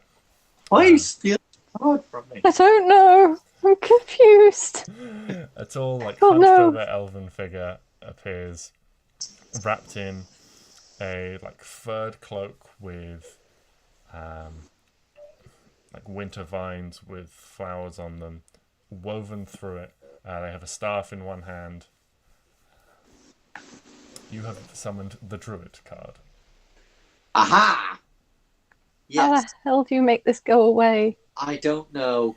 We're gonna... Aha, I think you right-click it. Anyway, the Druid is then going to walk up, like saddle up to these things. Ah. I believe the thing can make sound.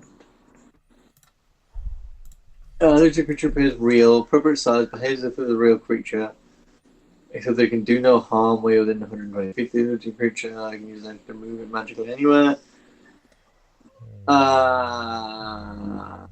It doesn't actually say if it can make sound. I'm going to say yes, because it says it behaves as if it were real. Fantastic. In which it's going to walk up and it's going to like try and ward them off, waving its stick in the air, trying to get big. You know, I'm assuming these are like regular bears, so if you just get big and ward and wave, I'm assuming that'll do something. And it'll scare these things, and they'll fuck off and stop fighting each other. Okay, so you guys are coming from this direction to the north, and so this one that is Moving. not incapacitated turns around as the druid illusion approaches. I'm not going to roll to see if it can determine that that's an illusion. It's 2 done. And Oh, big dumb bear. it just starts to like growl and squawk at the illusory druid that's walking towards it, like waving this staff in the air, being like, "Ah, go on, ah!" Trying to like make itself big and scary. Yeah. Like Obi-Wan trying to get rid of the Tuscans. Yeah. Exactly like that. exactly like that, in fact.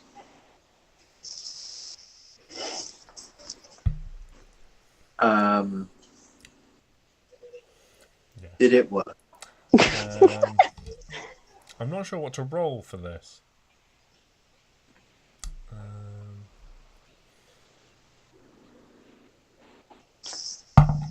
Intimidation as a druid. Yeah. Because it moves and acts as if it were real. Right.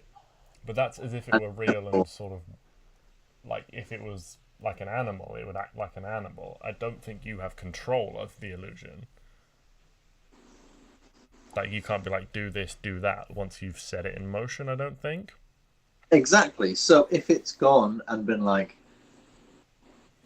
go away, shoo, it would be as charismatic, as intimidating as a real druid would be. Yeah. So I guess it would be an opposed roll.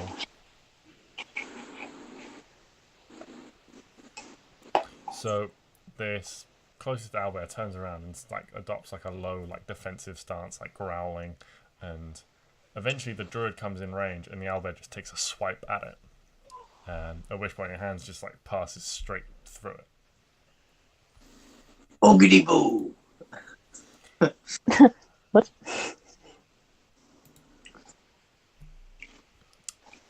So yes, unfortunately, it is not effective. All the while, this fight is still going on. Two of them are just incapacitated. The one on the ground does seem to regain its feet, and the two of them start going at each other again. I'm out of ideas.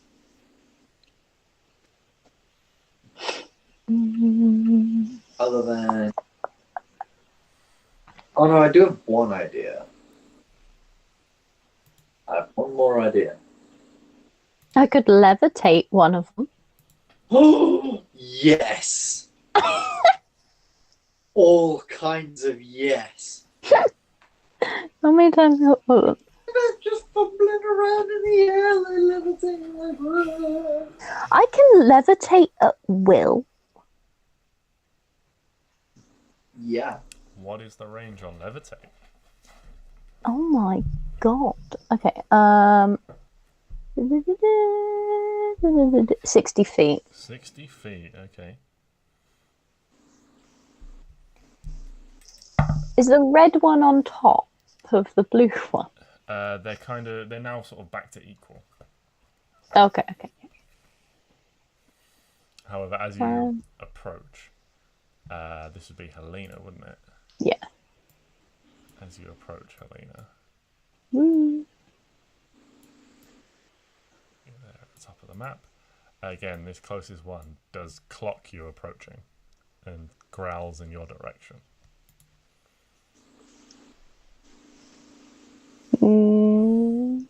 Levitate. Which one? This one. Okay, so you cast levitate on it, yeah? What's a good symbol for levitate? Oh, this is I'm fun. going to put that one on because it just looks like it's freaking out. So yeah, I mean the owlbear just begins to like float off the floor and it starts like roaring, panicked and confused. Starts flying up in the air. Yeah, I mean you control how high it goes, so I can change the target's altitude. well yeah, exactly. I don't know why that made me laugh. I believe there's a saving throw, isn't there, if you cast it on a Yeah, I just read that. I think it's a con. What's the save? Constitution saving throw. That's a 4. That's not going to pass. So yeah. You're up in the air. And I'm going to minor illusion a noise from this thing. And the noise will be just the sound of it like screeching, but like louder. I think it's going to be screeching quite loud. Yeah, but this will be like more of like an intimidating screech. To try and mask its unterrified screech. but like an intimidating one. Okay, make a straight charisma check. Gladly. 7 plus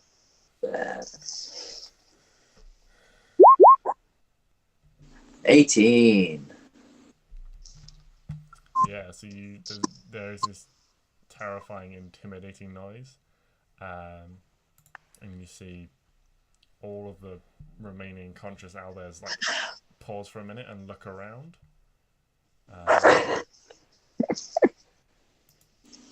Looking like the two, like the red and the blue one, just like both like back up a little bit away from each other. And this one backs up a little bit as well. This one tries to move, it's terrified by the noise that seems to have emanated from it, but it's thrashing around, floating in the air.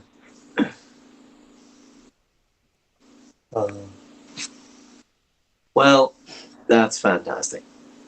This is as far as my plan got. Okay. Yeah. At least now they're not fighting. Yeah. Yeah, you've definitely made progress towards like de-escalating this situation for the most part. Oh, right. Okay. Here's what a bit of a failure, but the levitation and terrifying minor illusion screech seems to have worked. Here's what I'm going to do then. I'm going to cast Silent Image. Okay. Correct. 15 feet tall version of the druid that just appeared. He'll be standing all regal and sort of stood up. And then I would like to cast Minor Illusion to make a noise to come from him, because obviously it's a silent image, and the noise will just sort of be creepy sounds, I think, just like but as loud as I can make Minor Illusion. I know it's only like Minor Illusion, but still. And yeah. Okay. Make another charisma check. Just to fucking creep out these things. Get them to all fuck off. 18. Yeah. Okay. So sound goes off and the two in red start backing off and make their way down. This one too starts to move, but realizing that none of its compatriots are moving, God! It starts almost like roaring at them. I put the owl bear down, but like over here. You can't move it. You can only move it up and down. What if I move? Nope. Okay, I put him down. Okay. You put the owlbear down. And then I teleport. So he can't see me. Yeah, that works very well. So this one starts to move, but you still have two... there are still two... this one starts to just run. Like, doesn't oh, I'm so in panic. But the other one's sort of like moving slowly, like giving like like snorting like little like half roars at the other ones that are just not moving at all. They're both just there sort of like... Can you take them out the trance or whatever they're doing? No. Can I poke them? Wait. But before one of them goes, we need to cast tongues on it. It's fine. These two are still here. Oh, yeah, good point. If I teleport here, can I poke this one? Yeah. Poke. And then teleport again. Before you do that, this one, it becomes It's gonna miss. But like it like sort of comes back to itself and takes a swipe at you. And you teleport away again. Bloop. Is that as far Does as you he- go? No, I'm gonna go up there. Okay, you're going up there. Is he gonna run away now? This one like looking around. Gonna start following the other ones. Boop, boop. This one's still hanging out, waiting for the one that's still dazed. Shall I just poke him? Actually, this one would have seen you, so it starts to come back in a little. Oh no! When you poke it, Helping!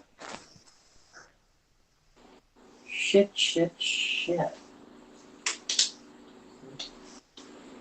Is anything happening, or am I poking it?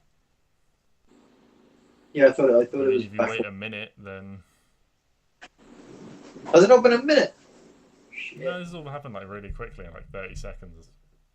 Oh, okay. Unless you want it to be a minute, and in which case you can just wait for it to wear off.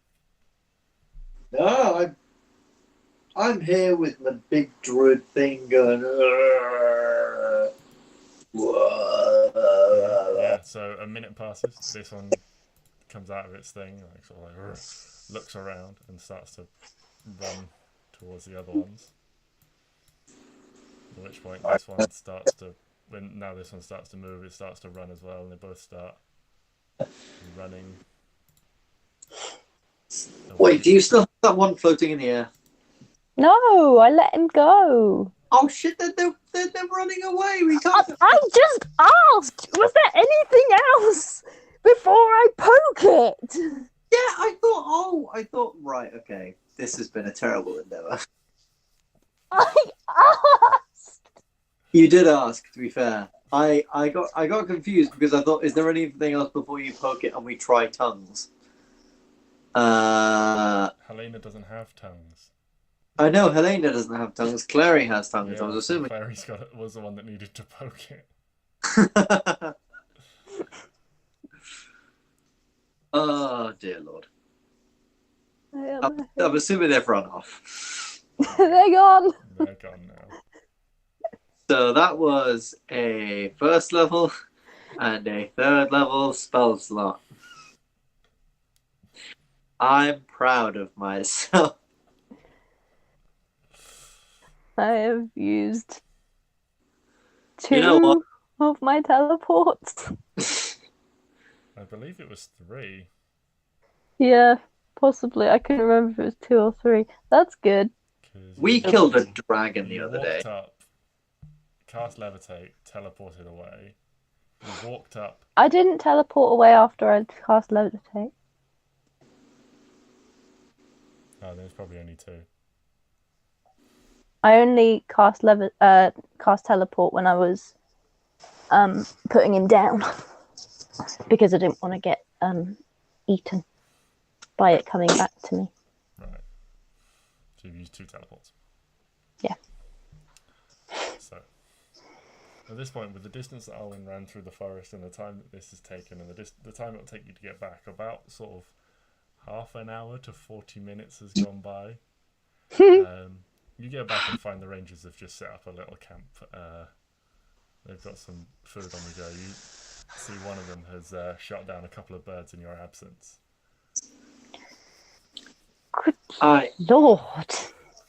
get up and get moving, folks. We're on the road again. Our mission was a failure. Yeah, we had a lot of like roaring and shouting. What on earth were you doing? Demons. Killing demons. Didn't even scratch us. It was easy. Make a deception check. I'm going to say with disadvantage because there's so many of them. Motherfucker. So many demons. Yeah, so many demons. They were everywhere. Fucking Oh. hell. Nice. I love being a bard. I just started going into like those demons everywhere, and then and pa out of the woodwork, and then fucking Helena like pa pa pa pa pa, pa. And then Klari was all hidden and sneaking, and then I was there as well. Sounds about right. You just see they're all like, sort of like clam up a little bit in fear. It's like, what are demons doing in these woods? Are they something to do with the dragon? Was the dragon a demon? No. Well, you know what? There's only one way to find out. We get off our asses and we go find the dragon there and get us forward and figure all this shit out, innit?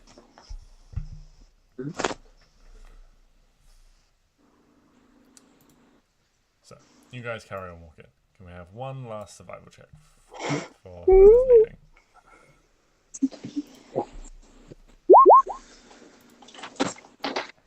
Thank God for advantage. Oh wait, no, wrong one. I clicked the wrong person. Sorry. Hold on. I was on Helena. I was going to say +0. There we go. Hey, Yeah. there we go. It's definitely not correct. Okay. With the day's distraction, you guys eventually make it into the village, or on the cusp of the village. You guys recognize the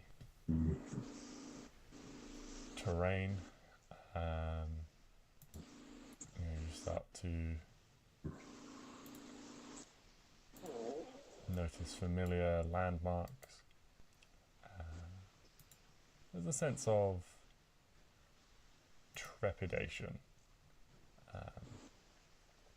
as you approach.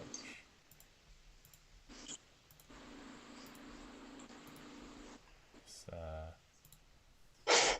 familiar area.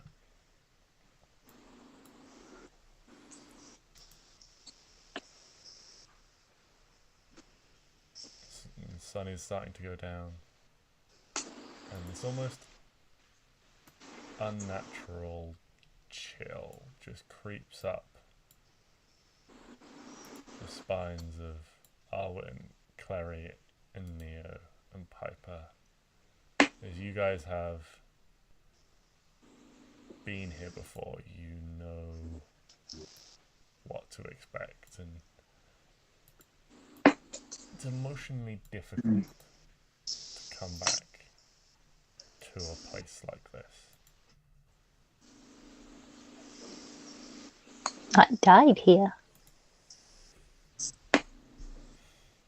You guys do make it with probably less than 2 hours of daylight left.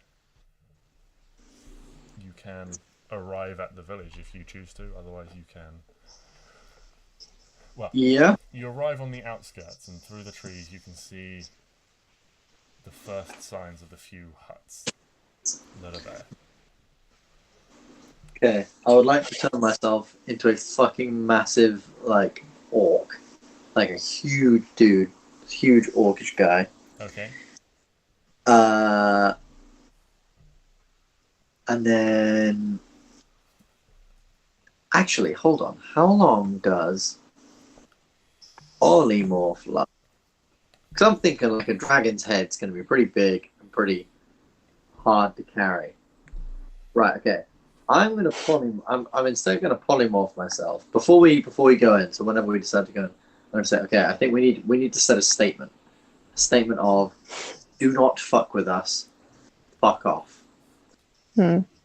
So I was thinking, I could polymorph myself into a giant ape and drag the head in, while you guys all stand around me, like bows and everything at the ready, to basically be like, do not fuck with us. Or I could do that on someone else, and I can help with the talking, because I have a pretty decent charisma.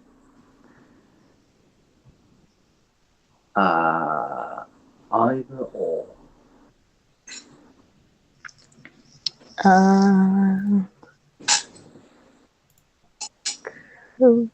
Ooh. Arwen doesn't mind being a big thing. A big thing? Yeah? Could be turn you into a giant ape. She'd rather not be an ape. Or Okay. anything a bit more cute and fuzzy.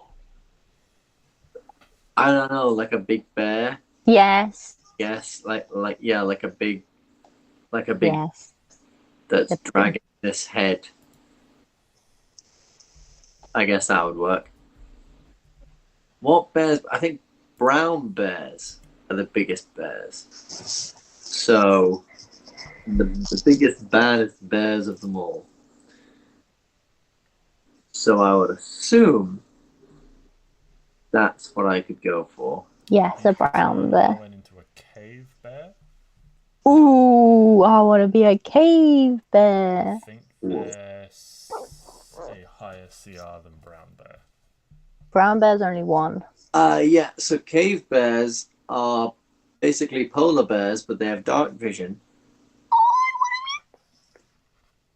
I think, however, they have sunlight sensitivity. I might be wrong. Oh, Arwen does too. Not really, but she's just white. I was gonna say we have been out in the sun for so long. She's just very pale. Yeah, so that would make you like +5 strength. Oh. Yes. Not +5 Alright. strength, sorry. Oh yeah, no. Plus that give you 25 strength. So 25 strength. so you'd be Ooh. big enough to like. I mean, you haven't got any hands, so you're gonna have to like try and like drag this thing along.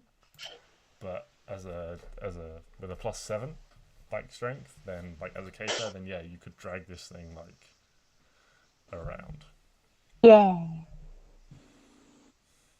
All right. Yeah, I'll turn Arwen into a cave bear or cave bearwen.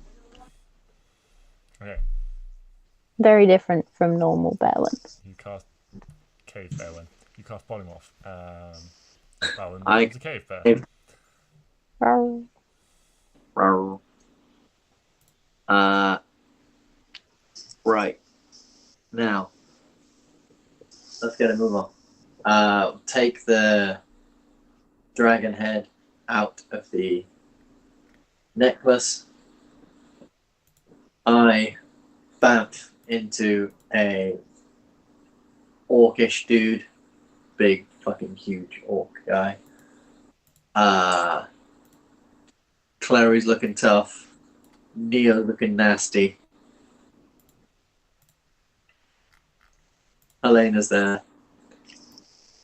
We're ready. Helena's looking hellish. Yeah. Absolutely. And we're ready. Let's go. Okay, so you guys start walking through the village, and Arwen's probably, I'd say, you want Arwen to go first or last?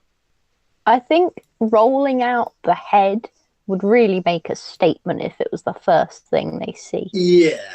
Okay. Just the head of their god, their big chief guy.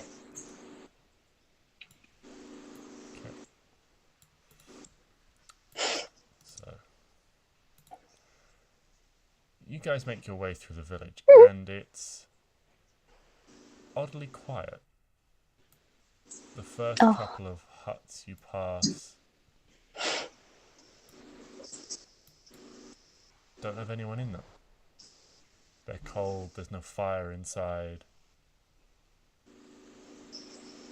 You push on. You pass the bottom of the cliff now. You can still see that there are some faded, but not entirely faded, bloodstains on the floor. You push on. The water trickles almost too loudly in the quiet. As you pass the next couple of huts, again, they're quiet, they're cold inside. You cross back over the stream. And only now, as you begin to ascend even higher into the parts of the village you never got to before, do you hear the first sounds of movement.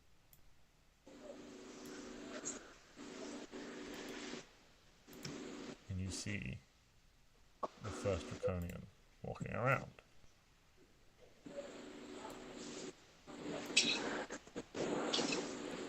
Doesn't seem to have noticed you just yet. He's intent on walking his way further up the path. But as Arwen moves, making a lot of noise, dragging his head, slowly make your way up into the village. Oh, I don't think that would work. No, At which point, as Arwen, as you make your way up, you know, sort of dragging his head along, you're pretty much moving backwards, and you have to like clamp part of this thing in your jaw. And after 2 days, I mean, the ice worked for a few hours, but after 2 days, it's pretty rank and starting Can't to I, smell. like, hit it with my head? Like, roll it across the floor? Yeah, if you want to try that. I don't want to put it in my mouth. Okay. So yeah, you're like pushing it like with your head, trying to roll it. So yeah, so they hear you coming, and so all of a sudden from here, there is a large, loud shout in Draconian. The activity in the village suddenly flares up. You hear the sound of multiple sets of footsteps running, and we're going to roll initiative. Oh shit. Oh no, I've been here before. I'm getting deja vu. I mean, I wasn't a bear last time, but... I feel like this time we are more prepared. I have, however, spaffed a load of spell slots on completely useless things.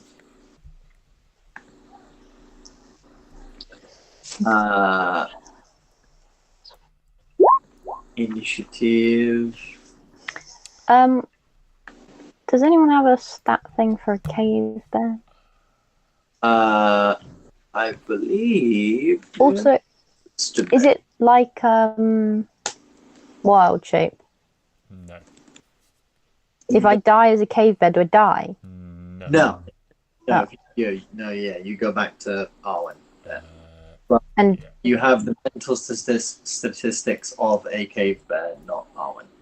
but is it like the hit points are on top of my hit points, or do they come off of? Okay. Nice. And the good thing about this, there is a cave bear on D&D Beyond. Oh well, there's a polar bear on D&D Beyond. You can use that for combat. it just has Cool. to 120 feet. Is the only difference. Okay, cool. Neo's initiative. Blah blah blah. Okay. And Klari, your initiative. Blue. Back in the village. It's only in Rangers are probably going last.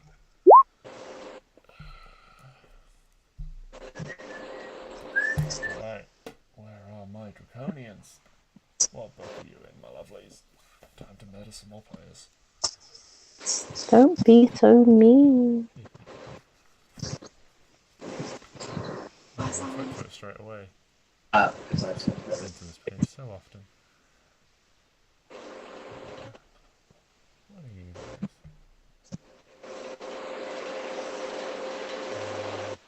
I'm really struggling to see what everything is. Let's do it a little bit. Seeing as we don't need so much of the village this time.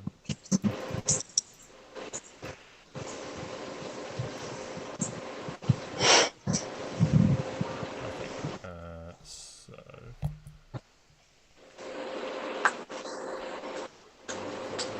+0, so that makes the maths easy.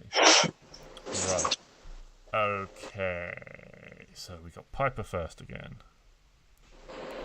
Followed by Helena this time. And then Klari, Neo. And we've got instead, coming up last are the rangers that are just going to stand in the back and fire arrows. Really quickly, what are draconian? What, because we've seen them a lot of times, I'm guessing we know what like thing they are. Like if they're a beast or a fae or a undead. You've had a little bit of an encounter with them, but that would still, I would say, given the amount you've encountered them and the fact that you've been killed by them, you'd still require a nature check. I can't bother to deal with this, so they're all just going to come out at once. Can I do that before? Also, you have the intelligence of a bear, Arwen. Oh no, I'm thinking about Helena at the moment. Helena, I would say, has seen even less of these things because Oh, you were okay. captured by. Were there none in like the? Not roaming around the lair, no. You saw a couple of them briefly when Klari and Neo were brought in, but that was it. Oh, okay. But anyway, Piper, you are first.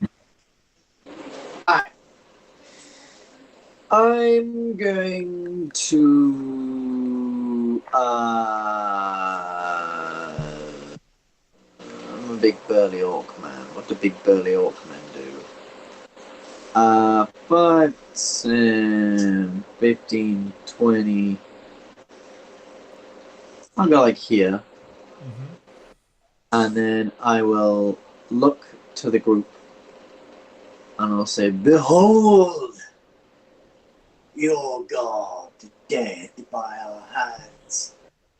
And I'll point to between these two and I will cast Shatter at 2nd level. Okay. What is the saving throw on Shatter? The Constitution saving throw. Cool. They both fail. Fantastic. They both take 3d8. 3d8 thunder damage. That's a terrible roll. It's 10 done damage. Okay. Each. This thunderous shattering noise splits the night.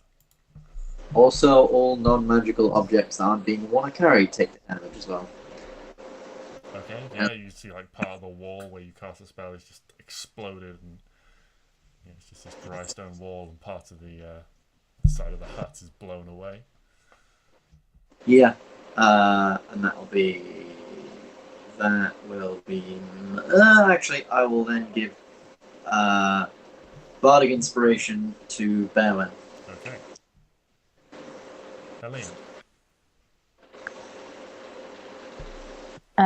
Yes, I will. I'm just gonna Eldritch Blast it. Okay, you currently can't see any of them from your position. Oh, You yeah, can sorry. move a little bit, Yes. just because of the steepness of this slope.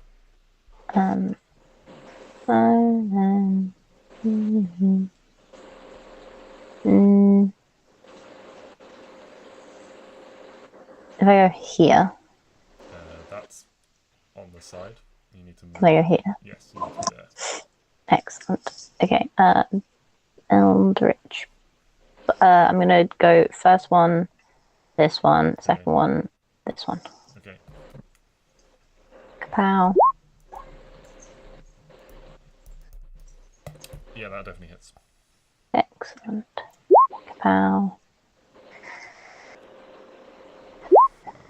Kapow.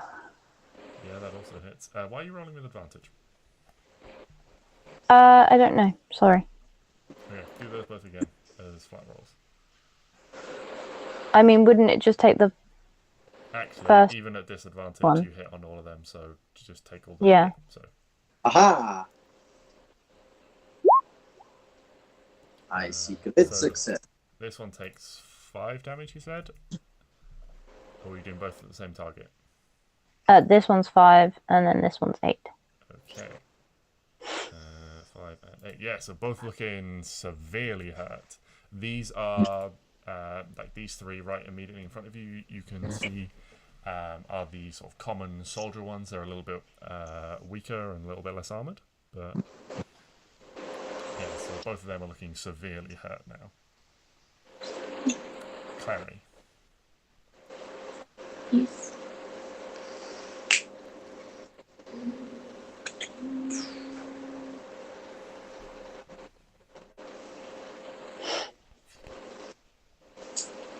You're on the next. Yeah.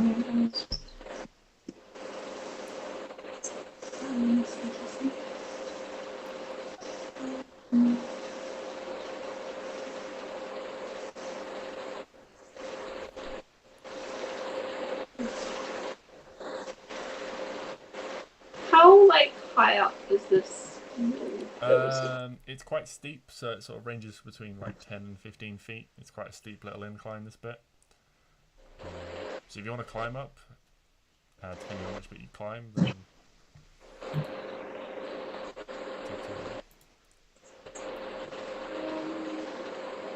Slight flashback, but yeah, I'm gonna climb up this side. Okay, make a quick athletics check. Quite the same side that we climbed up before. I know, but it's still flashback. Yeah. Athletics.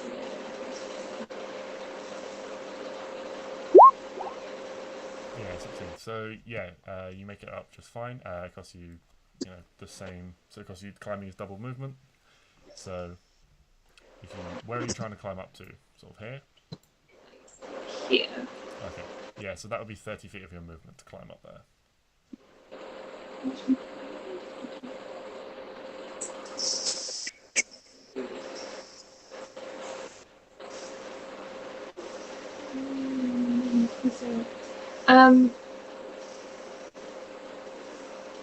I like to use my bonus action to hide. Okay. Make a stealth check.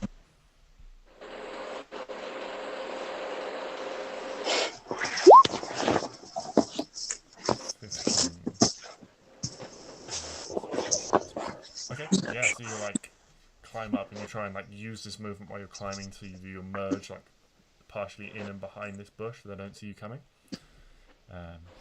I throw a dagger at that one, would I have advantage still? You think so, yeah. You think you've managed to hide well enough that you'd catch them off guard.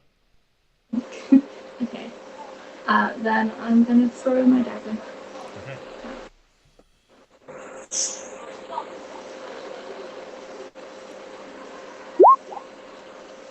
Yeah, that definitely hits. This dagger whistles out of the bush through the air, pierces into it, and as it pierces into it, roll some damage, but I don't think it's gonna.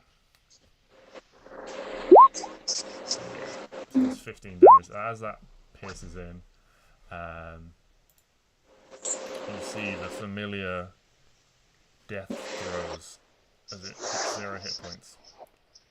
Its whole body slowly grays over and crystallizes into hard stone before the stone cracks, and in a small 5-foot area around it, as it crumbles, this gas is released. Fortunately, no one is in range.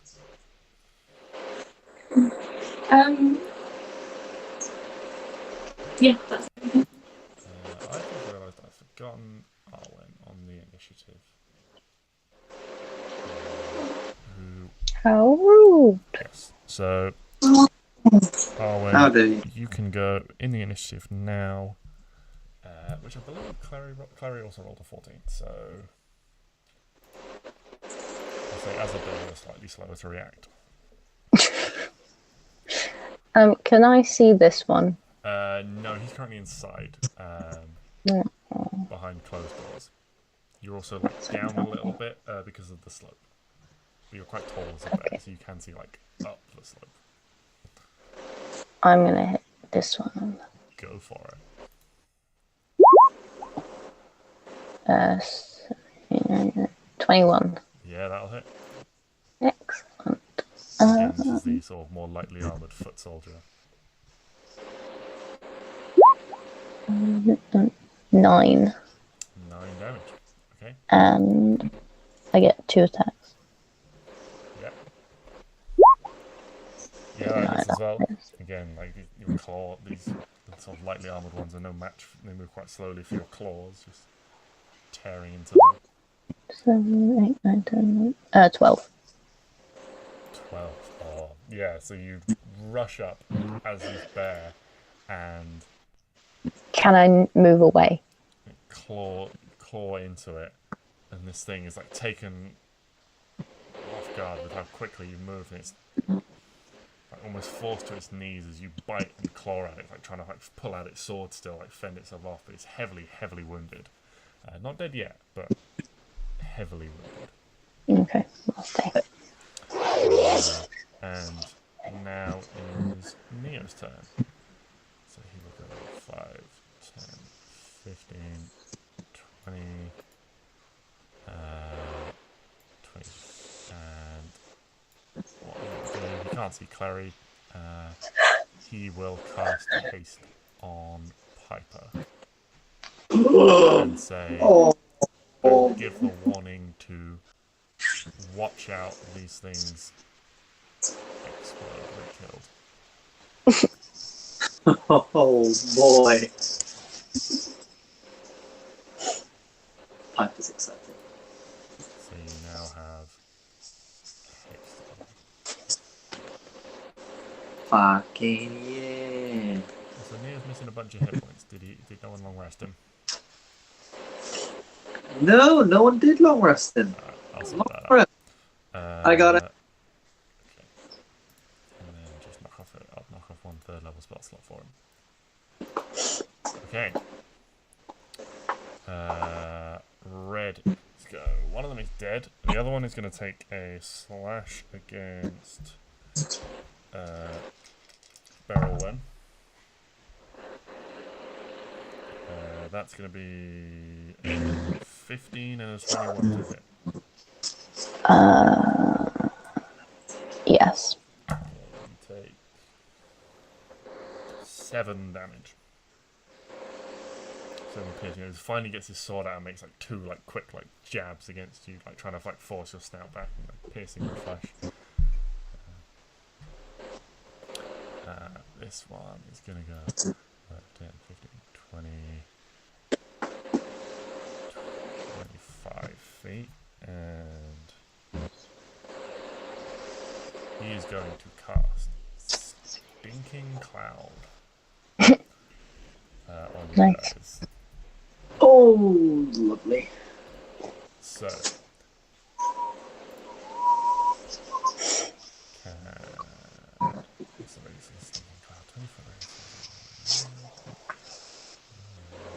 Oh, Counterspell. at what level? 3rd. Success. You Ah. see him run in, he starts to conjure this spell in his hands, and as he's about to release, you quickly unleash the melody that successfully counters it. This one's going to go 5, 10, 15, 20, 25, 30. This manages to get to Helena. It's going to make 2 attacks against her. Natural 20 and a 14 to hit. Yes. Both of them? Yes. Okay. You take a total of 11 damage. He runs in again, like almost caught off guard, maybe with the speed or just the aggressiveness of it.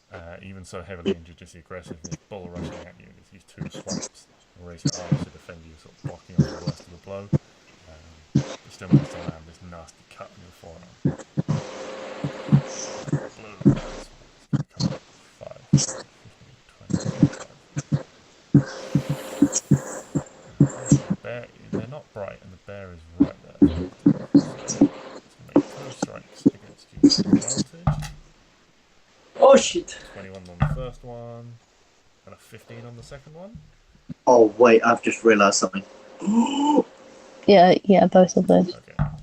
So, bear when you take another 9 damage.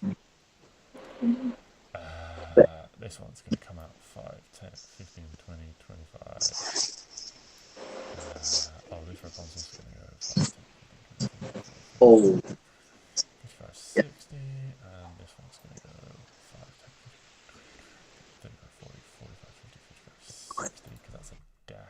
him. Okay, and then this last blue one that's appeared, this one here, seems to be this dreadnought one that remains. And he's going to make 3 attacks against the only target he can reach, which is Bearwen again. So 2 with the sword. So there's a 12 and an 18. Yeah. Both of them. Both Yeah. of them? Oh dear. Yeah. Okay. Alright. So the sword, 2 swipes with the sword deals 10 plus 14. So the first attack deals 14. Are you still a bear? Yeah. Hold on. Yeah, cave bear's pretty hardy. 4. Yeah. Okay, and Carry then on. the second attack deals 18. Oh yeah, I'm not bear anymore. Okay, so any remaining damage to being a bear, so any like whatever your hit points were as a bear, subtract that from 18, and that damage carries over into you, Arwen. Yep. And then you go roll a d4 for me, just to see which square you shrink down into. 2. Unfortunately, you shrink into this square. So he can make his tail attack against you as well. Which is going to be a 23 to hit with tail. So that is another 7 damage to Arwen. Can you make a strength saving throw?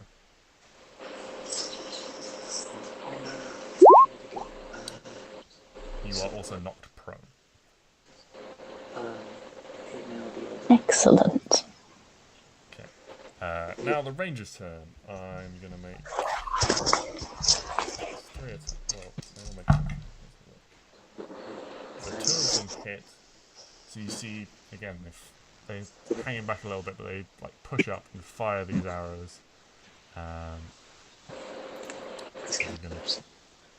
First one's going to hit this one. So this one dies.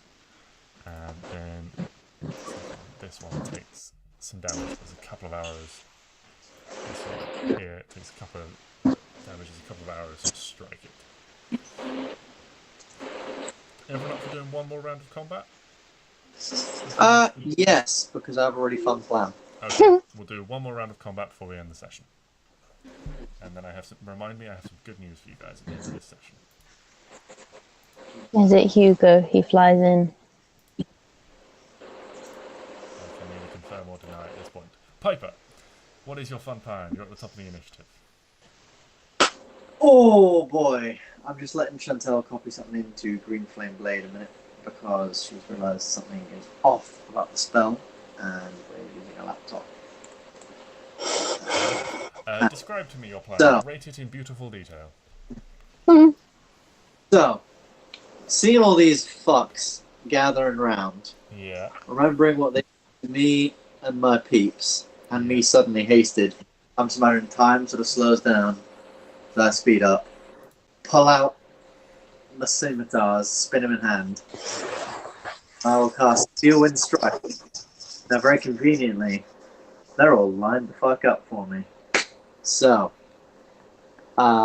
Steel Wind Strike. I can't remember the last time I properly read the spell, but I'm just trying to make a spell attack against up to 5 targets within 30 feet of you.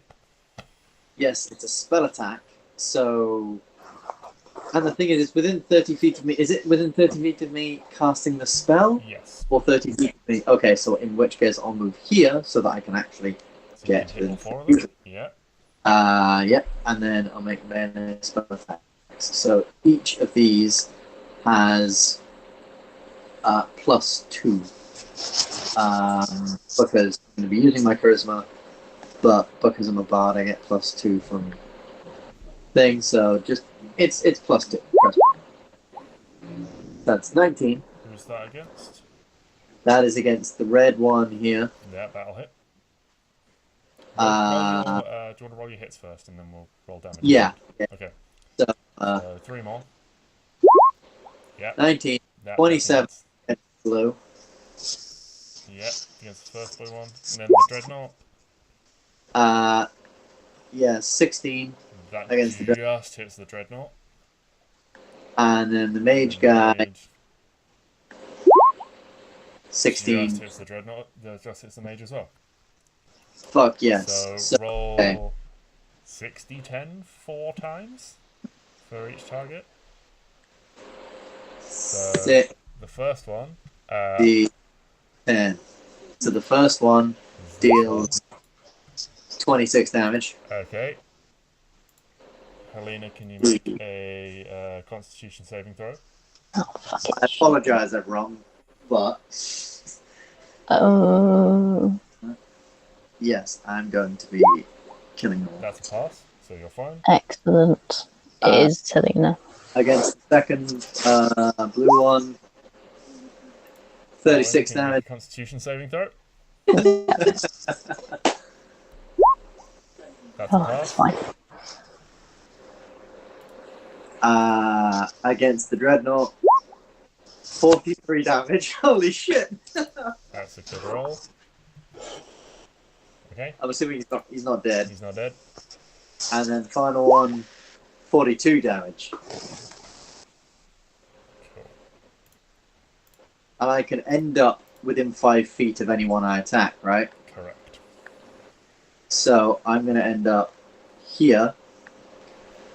I'm going to use my hasted action Yeah. to hit this motherfucker twice.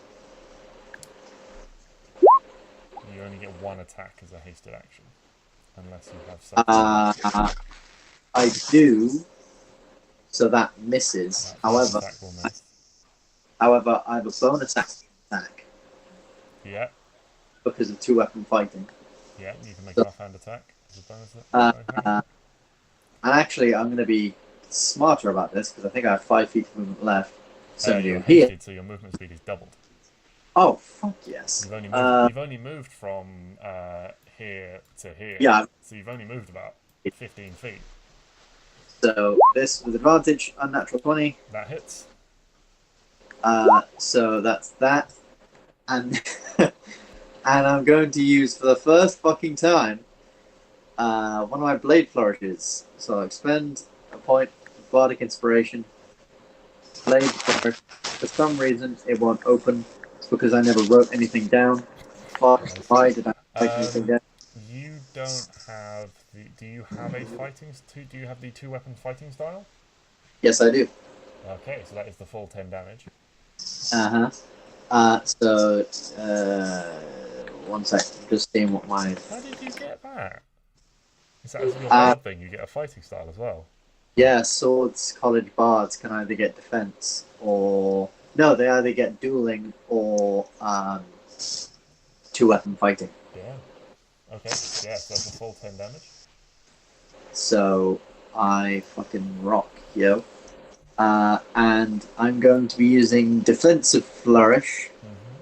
So I can spend 1d6 of bardic inspiration to cause the weapon's damage to deal extra damage to the target I hit. The damage equals the number I roll on my bardic inspiration die, which is a d10. That's 6. My AC also goes up by 6. So my AC is now and Piper, can you all make dexterity saving throws? 2, but I don't think that fucking matters because You have advantage on this while hasted, Piper. Fuck. Yes. 24. 24. Yeah. Can I do a backflip? Yes, you can. Hey. So Piper like chops the legs out from under this thing, and so it's like prone on the floor, and it explodes, and Arwen just does like a backflip over the fire blast. That's so cool. Anything else on your turn, Piper, or is that it? There is still one alive, so I'm going to use. I mean, how much movement speed do I have? It's double. You move to here, so you move 10 feet to there, and then we can just say you're up. So we say you use 10 feet, so you've got 50 feet of movement left.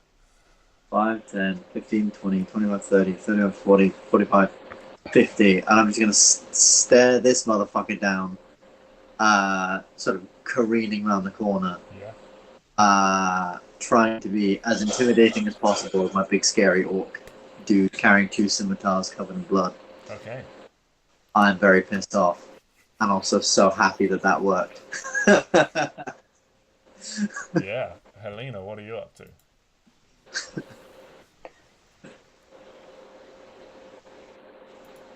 Pow.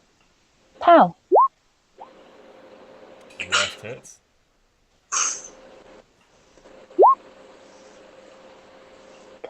Pow.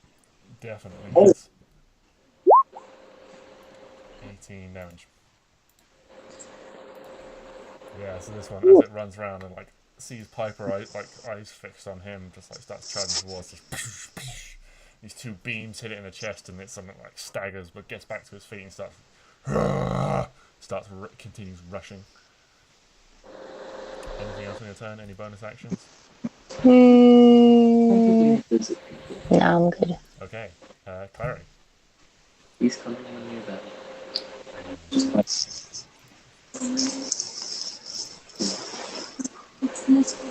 Liz.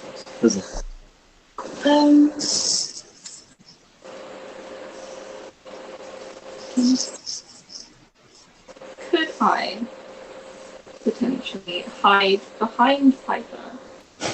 No, you can't hide behind someone unless you're a halfling. I think it's a specific trait of either halflings or gnomes that they can hide behind an ally. But as you are both medium creatures, you cannot hide behind him.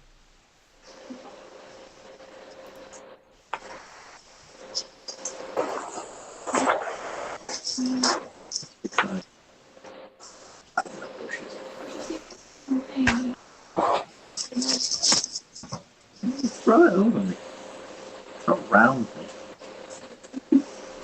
Don't worry about hitting me. I'm on a roll. I'm on a rampage. Rampage.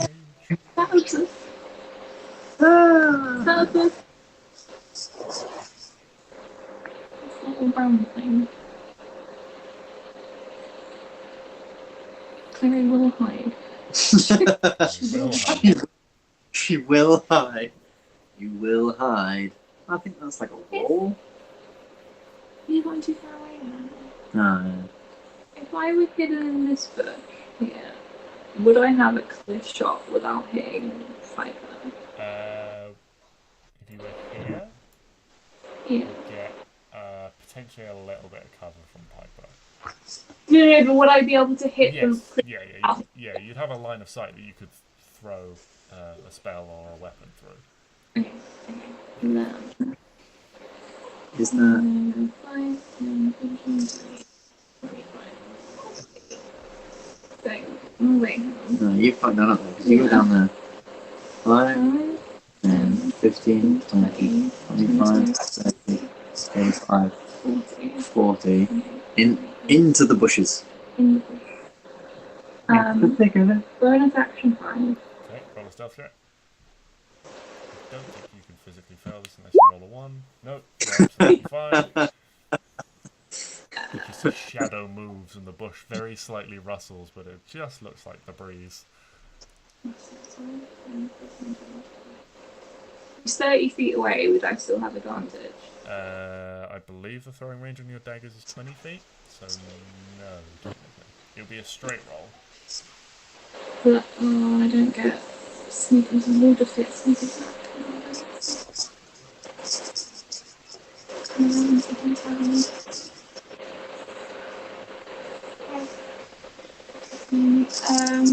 Okay.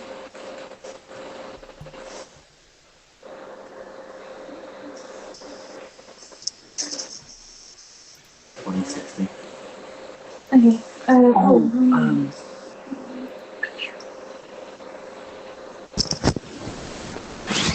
wanted to. Don't talk I'm just saying. Don't go back there. I'm just saying. I think it's Clary would know a shot. Clary would know it has a further distance to than your. Yeah, but it's a melee weapon. It's not a melee weapon. I know it's a ranged weapon, so you can get it. I thought that was only for melee. Nope, ranged weapons as well. Sneak attack is on ranged or finished Oh, no. weapons. I this entire time thought it was only okay. Nope. No, because when you throw daggers, they technically become ranged weapons. So you could get like a short bow, which is a really good. A short bow has something like an 80-foot short range. Yeah. Oh no, it might even be 120 feet. Does it not work on my firebolt? No, it doesn't. It doesn't work on spells. A short bow is a 60-foot short range, but that is still double anything she's got right now. And We'll risk the hand crossbow then. we'll risk it for a digestive biscuit. It uses your dexterity, which is the same as you're probably using to throw your daggers. So The difference is she has a +3 daggers. that is true. Okay. We'll do the hand crossbow. We'll pray to the gods. There we go. Oh! Roll damage. Curry like pulling this crossbow out, dusting it off. A small cloud of dust billows out of the bush, but no one notices. Has to dig real deep in the pockets to get the fucking bolts for it. Please don't hit Piper. Please don't hit Piper. 8. 8 plus Oh, it's kind of disappointing. 15. Hey, that's still pretty good. That's 23 damage. Yeah, Hey! hitting just after these two bolts from Helena like crash into her chest, it's like stumbles and like stands up and then takes this crossbow bolt in the throat. Did At work. this point, Curry jumps out the bush like, yes! It worked! So shit, that's the last one, right? No. Arwen, Shit. She's that if slow. that's everything on your turn. Clara. Yeah. Arwen, what are you doing? There's one Oh, more yeah, running down one the path guy. ahead of you. You're no Fucking longer a bear. Where? To your left. Oh God! There's one just about to cross the bridge. I zoomed in too far. Oh, you don't want to do that. Christ. Okay. Oh God. Well, it's fine. Bow time. Okay. Hunter's mark, Okay. just for good measure. Yeah, that'll definitely hit. Boop. Boop. 12 damage.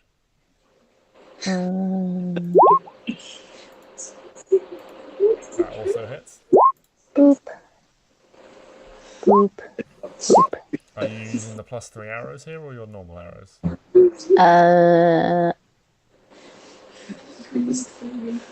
She's got this little candle. Plus. One of them is normal, and then the other one is +3. Okay. So 8, 12, 24, 34 +3, 37 damage on a single turn. Oh shit! Did he die? Yeah, like barely even like gets around the corner before Arwen's just up. I mean, you were prone, but it doesn't even matter. I can shoot from the floor. If you do, you'd have disadvantage, but it costs you just half your movement to stand up, so it's fine. I stand up. Yeah, I mean, technically you should have made your deck save with disadvantage, but I don't care anymore because they're all dead. Woo! Cool backflip. I did. Yeah. And so I think on that note, we shall end the session right there. And my announcement to you all is, congratulations, it's been a little while, but you all level up. Yay! Where's my child? We're level 11. Proficiency, Now, level 11. baby. No, wait, no, not proficiency. Oh Christ! Leveling up. Yes, it does. Hell. Like, just No, remember that it. is. It's 11, it says 11. No, it's not a proficiency bonus. But yes, your cantrip gets stronger. Level 11 is where your cantrips go up. Yes. You now deal 3 dice of damage. Helena, you get 3 Eldritch Blasts. Oh dear lord, I'm so afraid. It's fine, Arwen.